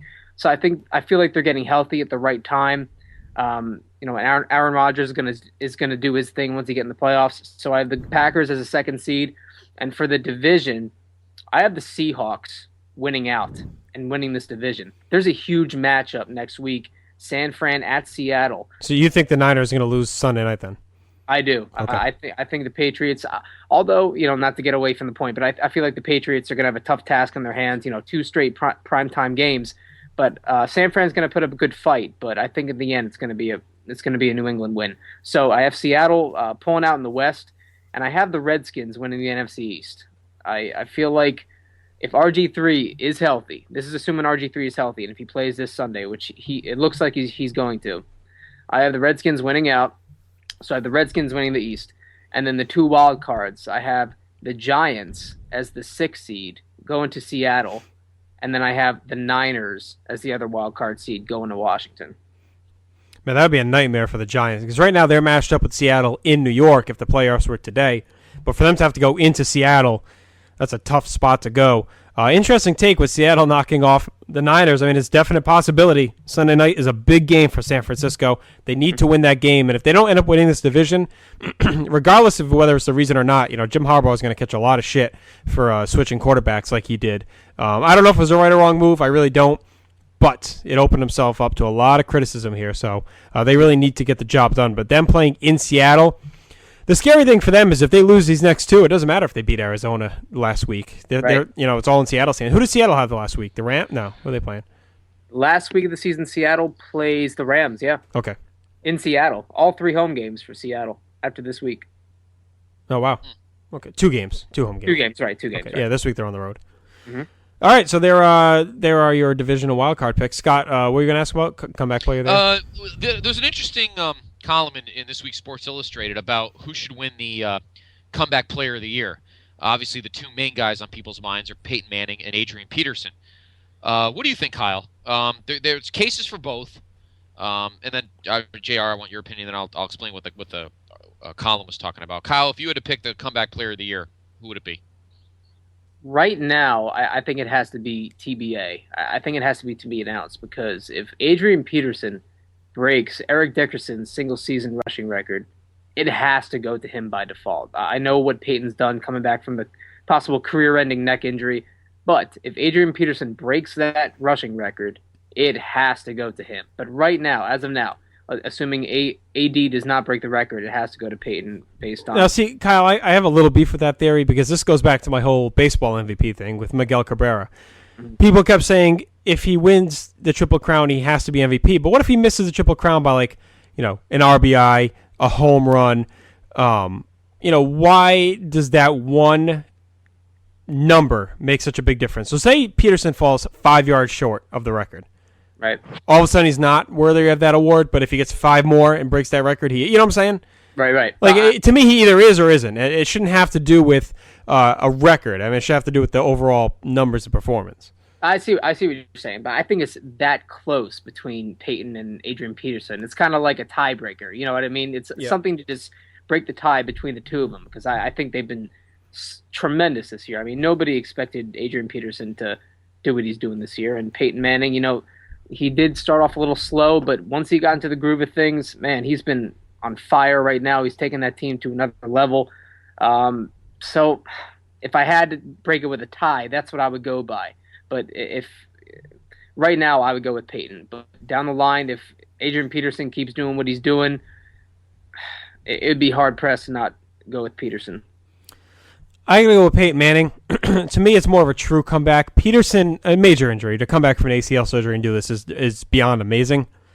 But he only missed 1 game last year. He got hurt the next to last game. Peyton Manning missed the whole season and had major neck surgery. 5 neck surgeries or whatever, and missed an entire season and came back and, has barely missed a beat. Now, I know the argument is that Denver was a playoff team anyway last year, but come on, they weren't a legit playoff team. To me, that's just fudging the numbers to say, well, they made the playoffs anyway. That was a weak division. They took advantage of some serendipitous luck with Tim Tebow. So, to me, Manning has been a little bit more impressive and more of a true comeback. Mm-hmm. Fair enough. I agree with you, JR, and I'm going to take it a step further. This SI article this week, or column, talked about it. Again, you're right. Adrian Peterson, I mean, blowing out your knee as a tailback is a big deal. But he went back to the same team, same offense. Everything was familiar to him. He just had to come back from the injury. Peyton Manning pretty much got run out of town so they can have the number 1 pick. He had to come from a new team, new coach, new offense, new everything. Forget just coming back from an injury. He was... Scott, I think your headphones came out again or whatever, so we missed that last second. I'm back. Hello? Yep. Am I there? Okay, sorry. Here is a guy who came back from a major surgery and then had to pretty much start from scratch. New team, new offense, new players. Totally. You're right. Peterson went right back into the same system. Yeah. So I'm not discounting 2,000 yards, Kyle, by any stretch, but other than the injury itself, he was just going right back onto his team. Peyton Manning, again, was pretty much starting from scratch. If I had to pick one or the other, I would definitely give it to Peyton Manning.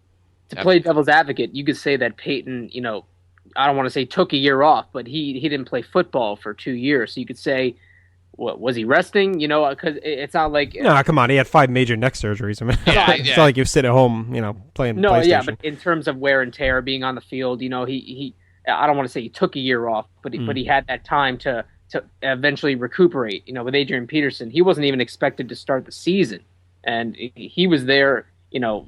He was there making plays, and he has his team in the hunt right now. But I'm just trying to play devil's advocate. I guess it depends what the definition and the spirit of comeback is.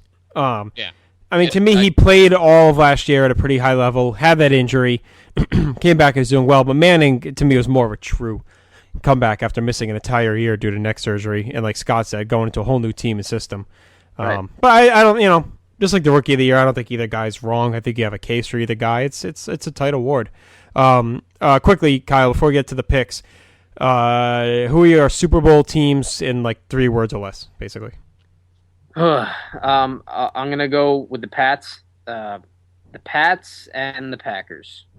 All right. Before the season, I said Houston and Green Bay. I'm going to stick with it. I still think Houston bounces back. I think Pats fans and national media are reading too much into that game. I really do. I mean, the Pats are a great team, but we've seen this out of them the last few years where they peak late and kind of get off kilter going into the playoffs. And I think people are going to discount Houston because of this. But like you said, I think they came off a really tough stretch, and they're a little shell-shocked to get a lot of their element. But I think they'll come back. I think they're a good enough and a smart enough team. I also had the Packers and the Texans in the Super Bowl. I had Houston winning. I'm sticking to that. I agree with you. I think they'll shake off this loss and continue through their season. But from a drama perspective, I really wouldn't mind seeing Broncos-Giants. I think that would just be pretty cool to watch. No, I don't know what's going to happen, but that would be awesome. Yeah. But I don't think it's going to happen. I think we're sticking. I think we're sticking with Pack. I think the Texans will have the Pats at Reliant in the AFC Championship, and they'll beat them. So. Well, I definitely laid the skunk on Philly because since he scored, so they're up 4 with about a minute left. So my Cincinnati Bengals. Yeah, you and your Bengals, you and your Chiefs. All right, let's get through the predictions. What do you say? Let's get the picks going. All right, take the field.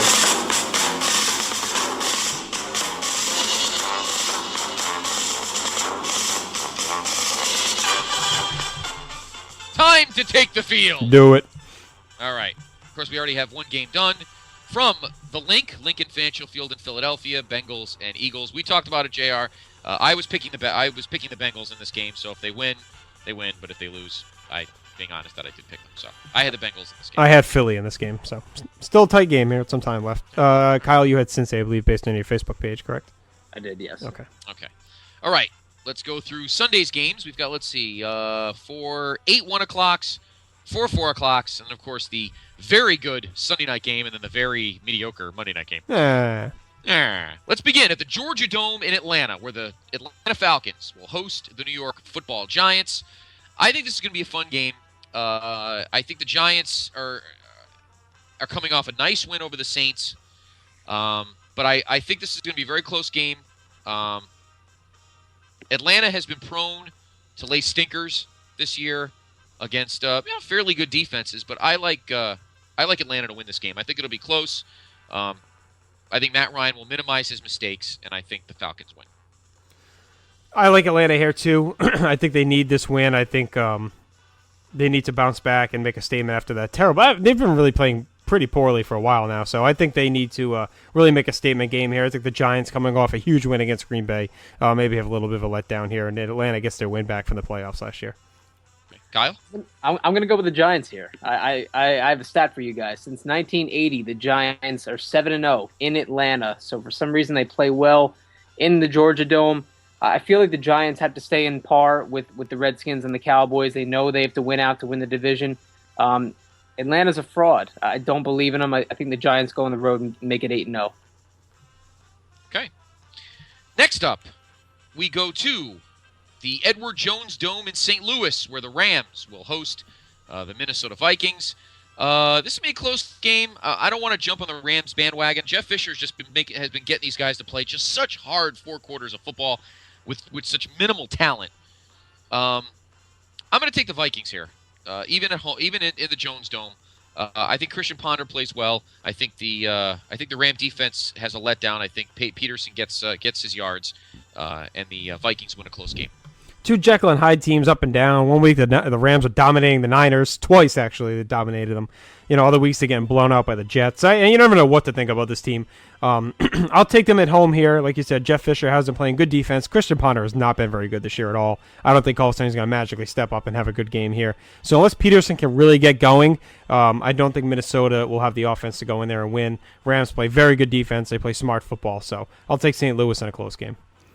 Yeah, I'm gonna stick with you on that. I do like the Rams at home. It's their last home game of the year, so I feel like they have been playing well at home. They're gonna want to go out with a bang, and they have two last road games to finish out the year, and they're not out of the hunt yet. So I think Minnesota doesn't have the firepower. They're not the same team without Percy Harvin. The Rams, let's say they win by a field goal. Yeah, this is pretty much an elimination game. Loser of this is out. The winner kind of has some hopes to hang on. Next, we go to Sun Life Stadium in Miami, where in the Battle of the Sunshine State, the Dolphins will take on the Jaguars. Jacksonville is just not good. Miami really isn't that much better. But Miami seems to have the occasional good 4 quarters of football. So I'm going to take the Dolphins at home. Me too. I like Miami at home here. Chad Henne coming home looking for some revenge, but I just don't think Jacksonville has the team to get it done. And by the way, Cincy, Bryce Brown has fumbled again. Cincy returned it for a touchdown, so it's now 24-13. 20 seconds left in the third. Oh. Kyle? Yes, I do like the Dolphins here. Jacksonville is just a horrible, horrible football team. Somebody may break Eric Dickerson's rushing record in this game alone. Let's say Reggie Bush. So, yeah, Dolphins. Okay, next we go to Soldier Field in Chicago, where the Bears will host the Packers. Bears have been in a big-time slump. Packers are on the upswing. I am taking the Packers on the road. Yeah, I like the Packers here, too. They'll bounce back and... Actually, what did they do last week? Was that the Giants?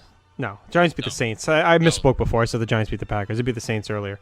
Yeah, Green Bay. I think they win this game. Chicago, I think, is really shaky. I think they're just hurt by injuries way too much at this point to do much damage. I mean, so let Seattle go into Chicago and beat them the way they did, and then Minnesota beat them as well last week. Correct?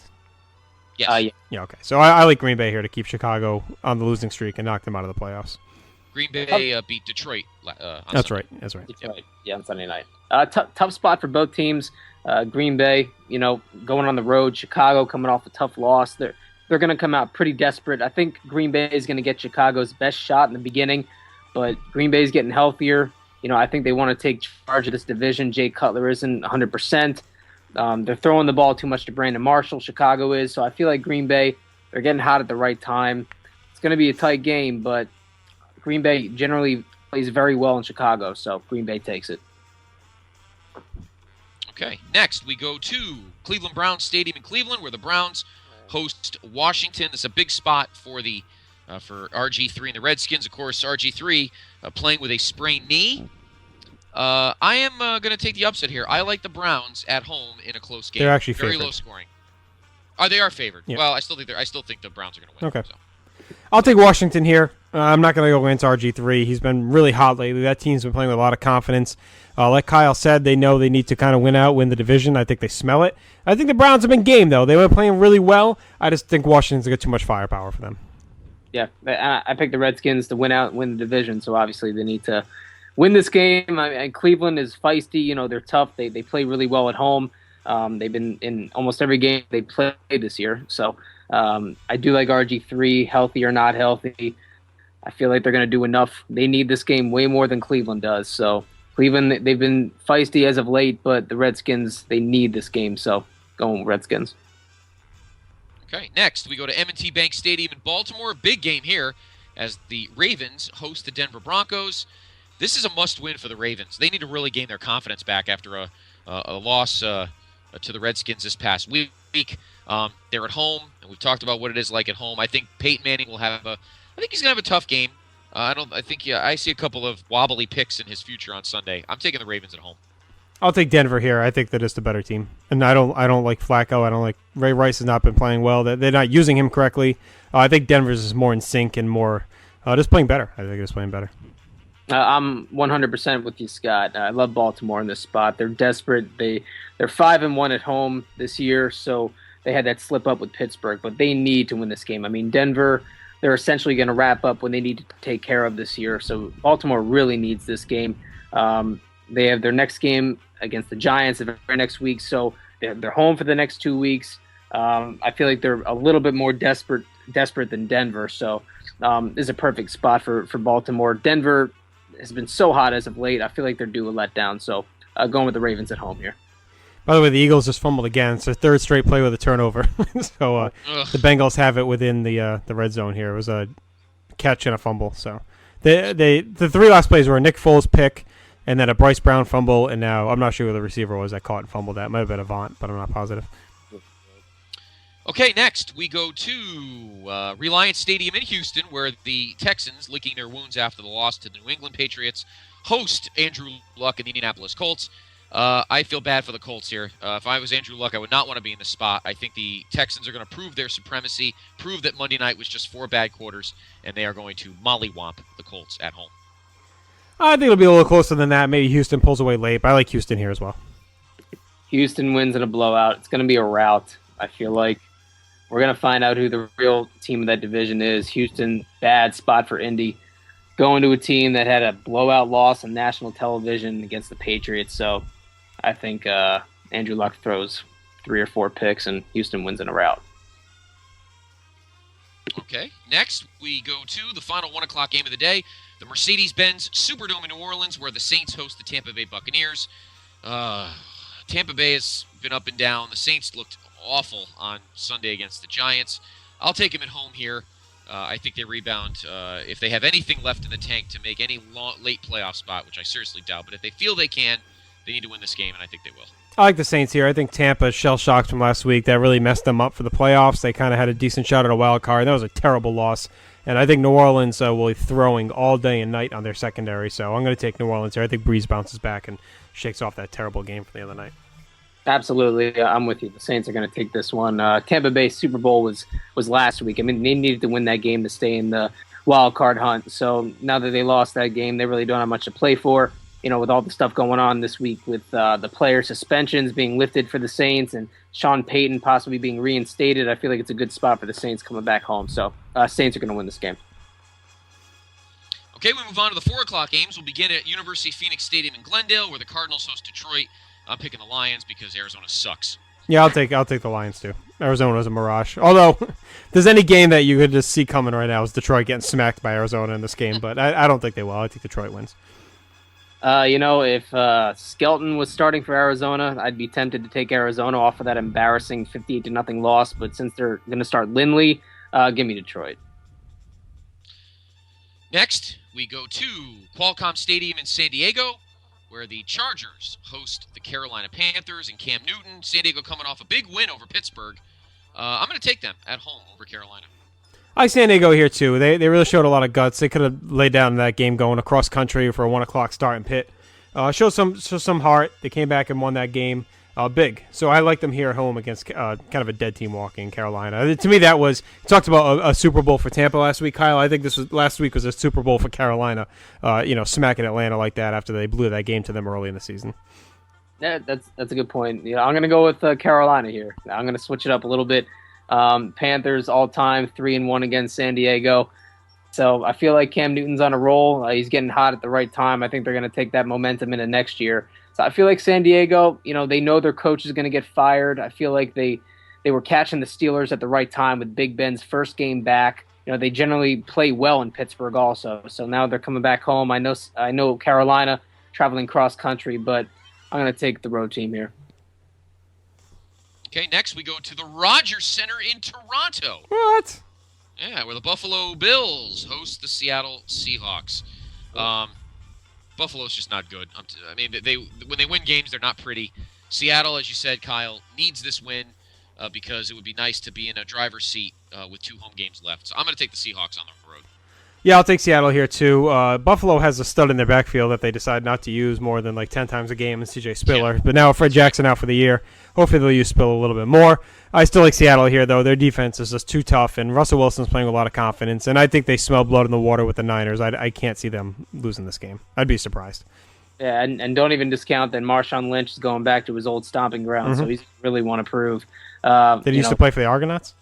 The Argonauts. Yes. He's going to go down the tunnel with the bigger end zone. Yeah, he's going to go into beast mode. I'll tell you that much. So, Seattle's going to win a pretty easy game here. So, yeah. Okay.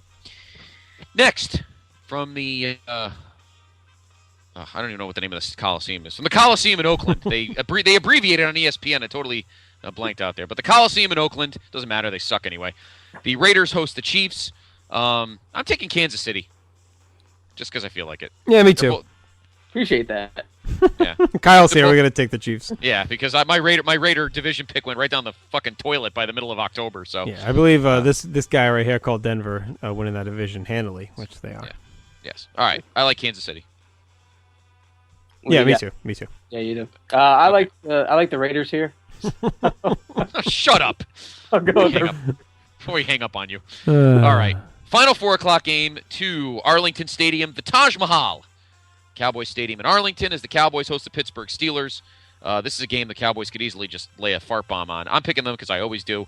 But, Pittsburgh coming off the loss to San Diego. Cowboys coming off a squeaker. They have won 4 of their last 5.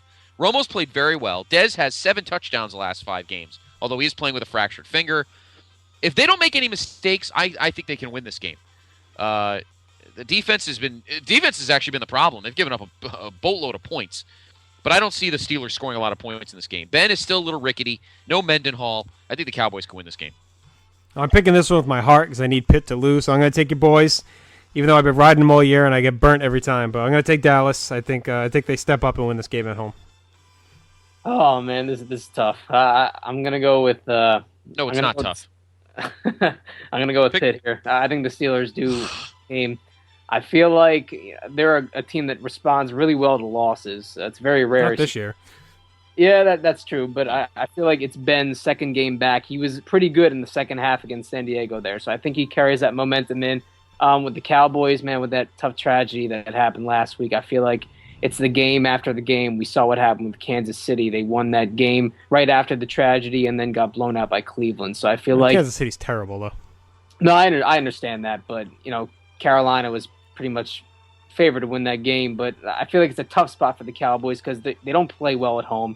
The Steelers have actually been better on the road this year, and I think it's a bad matchup for the Cowboys because they're pretty weak in the trenches on the offensive and defensive lines, and I feel like, man, that Pittsburgh defense is going to make Dallas one-dimensional. They're not going to be able to run the football, and Romo's going to start pressing like he does, and bad spot for the Cowboys. I got to go with the Steelers here. Hope I'm wrong. You're not going to believe this. Cincy kicked off, I don't know if they did this on purpose, he kicked it high, like to the 30-yard line, and the guy from Philly fumbled the ball since he recovered. So that is now 4 straight turnovers on 4 consecutive plays for the Eagles here in this game. Couldn't happen to a better team. All right, Sunday night, we go to Gillette Stadium in Foxborough where the Patriots host the San Francisco 49ers. Back-to-back primetime games on national TV. This is another. I think JR. This is the same as this past Monday night. This is a typical Brady Belichick blow it out your ass game. I hate Jim Harbaugh and what he has done to this team. Last year we had a lot of unity on this team. They had a lot of cohesiveness, great defense. This year he's totally fractured it with his silly playmaking and his silly personnel decisions. And I think it's going to come back to haunt him through the rest of the season. I like the Patriots at home. I disagree with that. I think the players know that Kaepernick's probably the better chance to win. I'm sure there are guys that back Smith, but it hasn't really been borne out. I mean, I know they lost that game to the Rams, but they've been playing okay still, even with Kaepernick. I mean, it hasn't really been his fault. I think they're 2-1 with him starting anyway. So I still like the Pats here, though. I don't think it's a big FU game like the Houston game, because that was a conference game, and everyone was talking about Houston getting the number 1 seed and overtaking the Pats. And to me, this is more of I think this will be more of an even matchup, only because the Niners' defense is so good. I don't think they'll get beaten around like Houston did. I just don't know if the Niners can score enough to hang with the Pats. But I'll take the Pats in a closer game than we saw last Monday.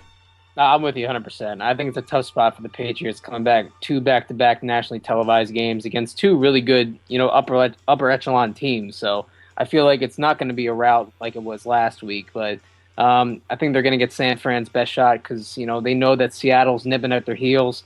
But at the same time, San Fran could be looking ahead to next week because they do go to Seattle. So I think it's a tougher spot for the Patriots because they're coming off of that big emotional win against an AFC opponent. Now they have to play one of the best teams in the NFC. I do think New England does pull it out in squeaker, though. All right, and finally, Monday night. Very fitting this week. Yes. because it finally is a night game. LP Field in Memphis, where the Tennessee Titans host the New York Football Jets. You're just better than them, so I'm taking the Jets. Oh, God, they're going to drag me back in. I know it, but I am I'm going to take the Jets here. I agree. I think their defense has been playing really well lately. I think they're going to shut down Locker. I think their offense has been playing well in the run game. Sanchez has been reined in. They're not letting him do much. He hasn't really been making any back-breaking plays. I think they'll run the ball, keep running the ball with Sean Green, keep running Bilal Powell. The offensive lines have been playing really, really well. So I think they win this game. It'll be a typical ugly win for the Jets. But I think they keep their playoff hopes alive. Tennessee Super Bowl was last week against the Colts. Huge disappointment with how they let them come back. Locker throws the pick 6, and then Indy does enough to hold on to the win. So I feel like if they were going to play their best game, it was going to be last week. So I feel like Tennessee doesn't have a lot to play for. In fact, they have nothing to play for. They have a coach on the hot seat. The Jets are still in the wild card hunt. They have an opportunity to win out and possibly make as a wild card. So much better spot for the Jets here. Tennessee coming off an emotional, tough loss, divisional game.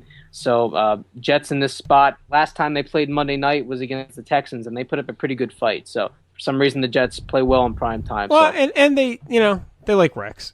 They do. They're not going to lay down. I think they know what's going on. I think they know he could be on the hot seat. I think deep down, that they like playing for him. He's a good coach, and they don't want a disciplinarian coming in there. So I think they'll play hard, and I got to expect them to win this game. And Cincy was held to a field goal attempt, and Philly went off sides, of course. So Cincy got first down. But. All right, so there are your predictions. Kyle Forchetti, thank you so much for joining us. Hope you had a good time. We enjoyed having you. Oh, it's great to be on with you guys again, man. You guys are always a blast. All right, you have a great holiday season. We'll talk to you in a couple weeks. Absolutely. Take care, guys. All right. See you, Kyle. Bye. All right, Kyle Forchetti. Yes. Good to have him back. This Philly game is really sticking to my craw here. I'm not enjoying it.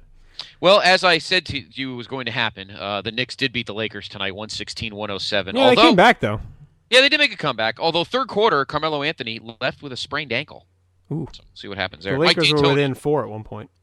The Lakers what? They were within 4 at one point. Yes, they were. They ended up losing by 9. And he is and the Bengals have scored again, by the way. Touchdown, AJ Green. So it's blowout now. 31-13. Ugh. 34-13. Oh, yes. 34-13. Ugh. Ugly. There you have it. All right. Before we go, first of all, JR, great show. Yeah. Great show. A lot of fun. A lot of anger. A lot of fun. Yes. And we are officially 19 episodes away from 200. But the episode... Well, hang on. Let's build it. Okay. Let's talk about next week. Monday night. Okay. Oh, good. Oh, I was going to say, no, Monday night, next week, our man, K-Squared, Kevin Kelly, returns. We're just gonna chat, man. We're just gonna throw the beef. Just talk some shit, Talk wrestling, old school. He said he's a big NWA guy in the 80s. We'll talk about that. And I want to get his thoughts on this BCS situation because his beloved Seminoles of Florida State are playing this Cinderella Northern Illinois team that I think just doesn't belong there. And I know a lot of people are giving Kirk Herbstreit crap for slamming them. Well, I'm in Kirk Herbstreit's camp. They don't belong there. We'll talk about that with Kevin Kelly on Monday. Yeah, I'm going to be completely lost because I don't know shit about college football. That's okay. Don't worry about it. Just nod and move on. Everything's good. All right. And we're doing some old school wrestling with Kevin as well. Yes. Wednesday night, we'll be joined by Josh Richard and Andrew Flanagan. We're going to talk WCF finally. It's the backyard promotion in West Warwick, Rhode Island that we ran for a couple of years. We're going to go through the history of it. We are going to talk about the history of the promotion. We're going to talk about all the different characters, all the different cards. I think it'll be a lot of fun to kind of relive, make some jokes about it and whatnot. Yeah. So I think it'll be a good time. You guys, we ran it by you. You liked the idea, so we're going to run with it. So we'll see where that goes. Yes. So, and then after that, we have a couple other shows before we get to the year in review on January 2nd with, as we said, Graham Cawthon as well. And then, Scott. Then we have a show on January 8th. But then, on January 10th, episode 187 of the Place to Be podcast. Maybe. Now, we've had some great interviews in our time. From Eddie Edwards to John Walters, Gary Michael Capetta, Bruno Lauer, Stevie Richards. We've had some great interviews. But this one may cap them all.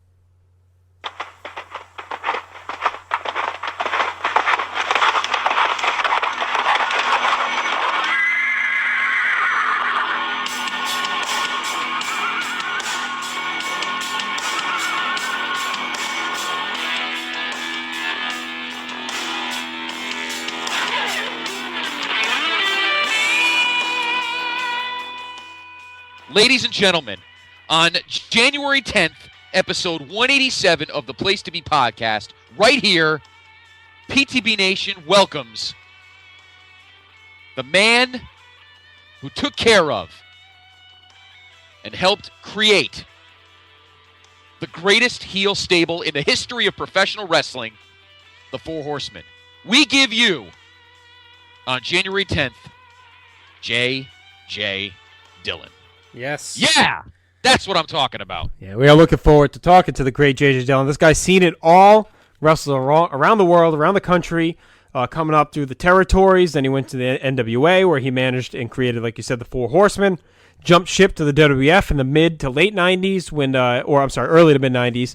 He worked backstage, was one of the head bookers, so he has a lot of insight there. And then, of course, he went to WCW during their boom period. He was an on-air talent as the commissioner during the NWO era, so a ton to cover with J.J. Dillon.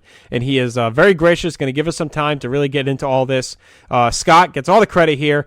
He tracked him down at that Legends convention and made the push to get him on the show. So, great job, Scott. This is really the first guest we've kind of gained on our own. A lot of times we'll go through John and some of our other connections, but this is the first time we really went out, hunted, targeted a guest, and we found him, and he agreed to come on the show. So nice work there out of my PIC. It's a nice little Christmas gift to himself, one of his favorite managers of all time. And I'll tell you something. There's a good shot, JR. This could be 2 parts. Awesome. Could be 2 parts. I think it'd be awesome. Yeah, so... All right. That felt good. God, I've been waiting to announce that for a while. Yeah, well, we've had it in the works, and then we finally solidified it. So, yep. And then we're working on a couple more interviews for later in January into February as well, which could be really cool. So, all right, PTB Nation, I think we are burnt. That is a great loaded episode for you. That is the Christmas Spectacular for 2012. We will be back Monday night with Kevin Kelly. Until then, have a great weekend. Take care. Hope you enjoyed our week back. 3 big shows for you. Raw 4/13/98, Unforgiven 98, and your PTB Headlines Christmas show. So take care, Nation. We'll talk to you later. Pelicans for Christmas? I was hoping it was going to be Mongo that you were talking about. Yeah, baby. Four Horsemen. God, I wish. Or Paul Roma. Yes, the greatest horseman. Pelicans.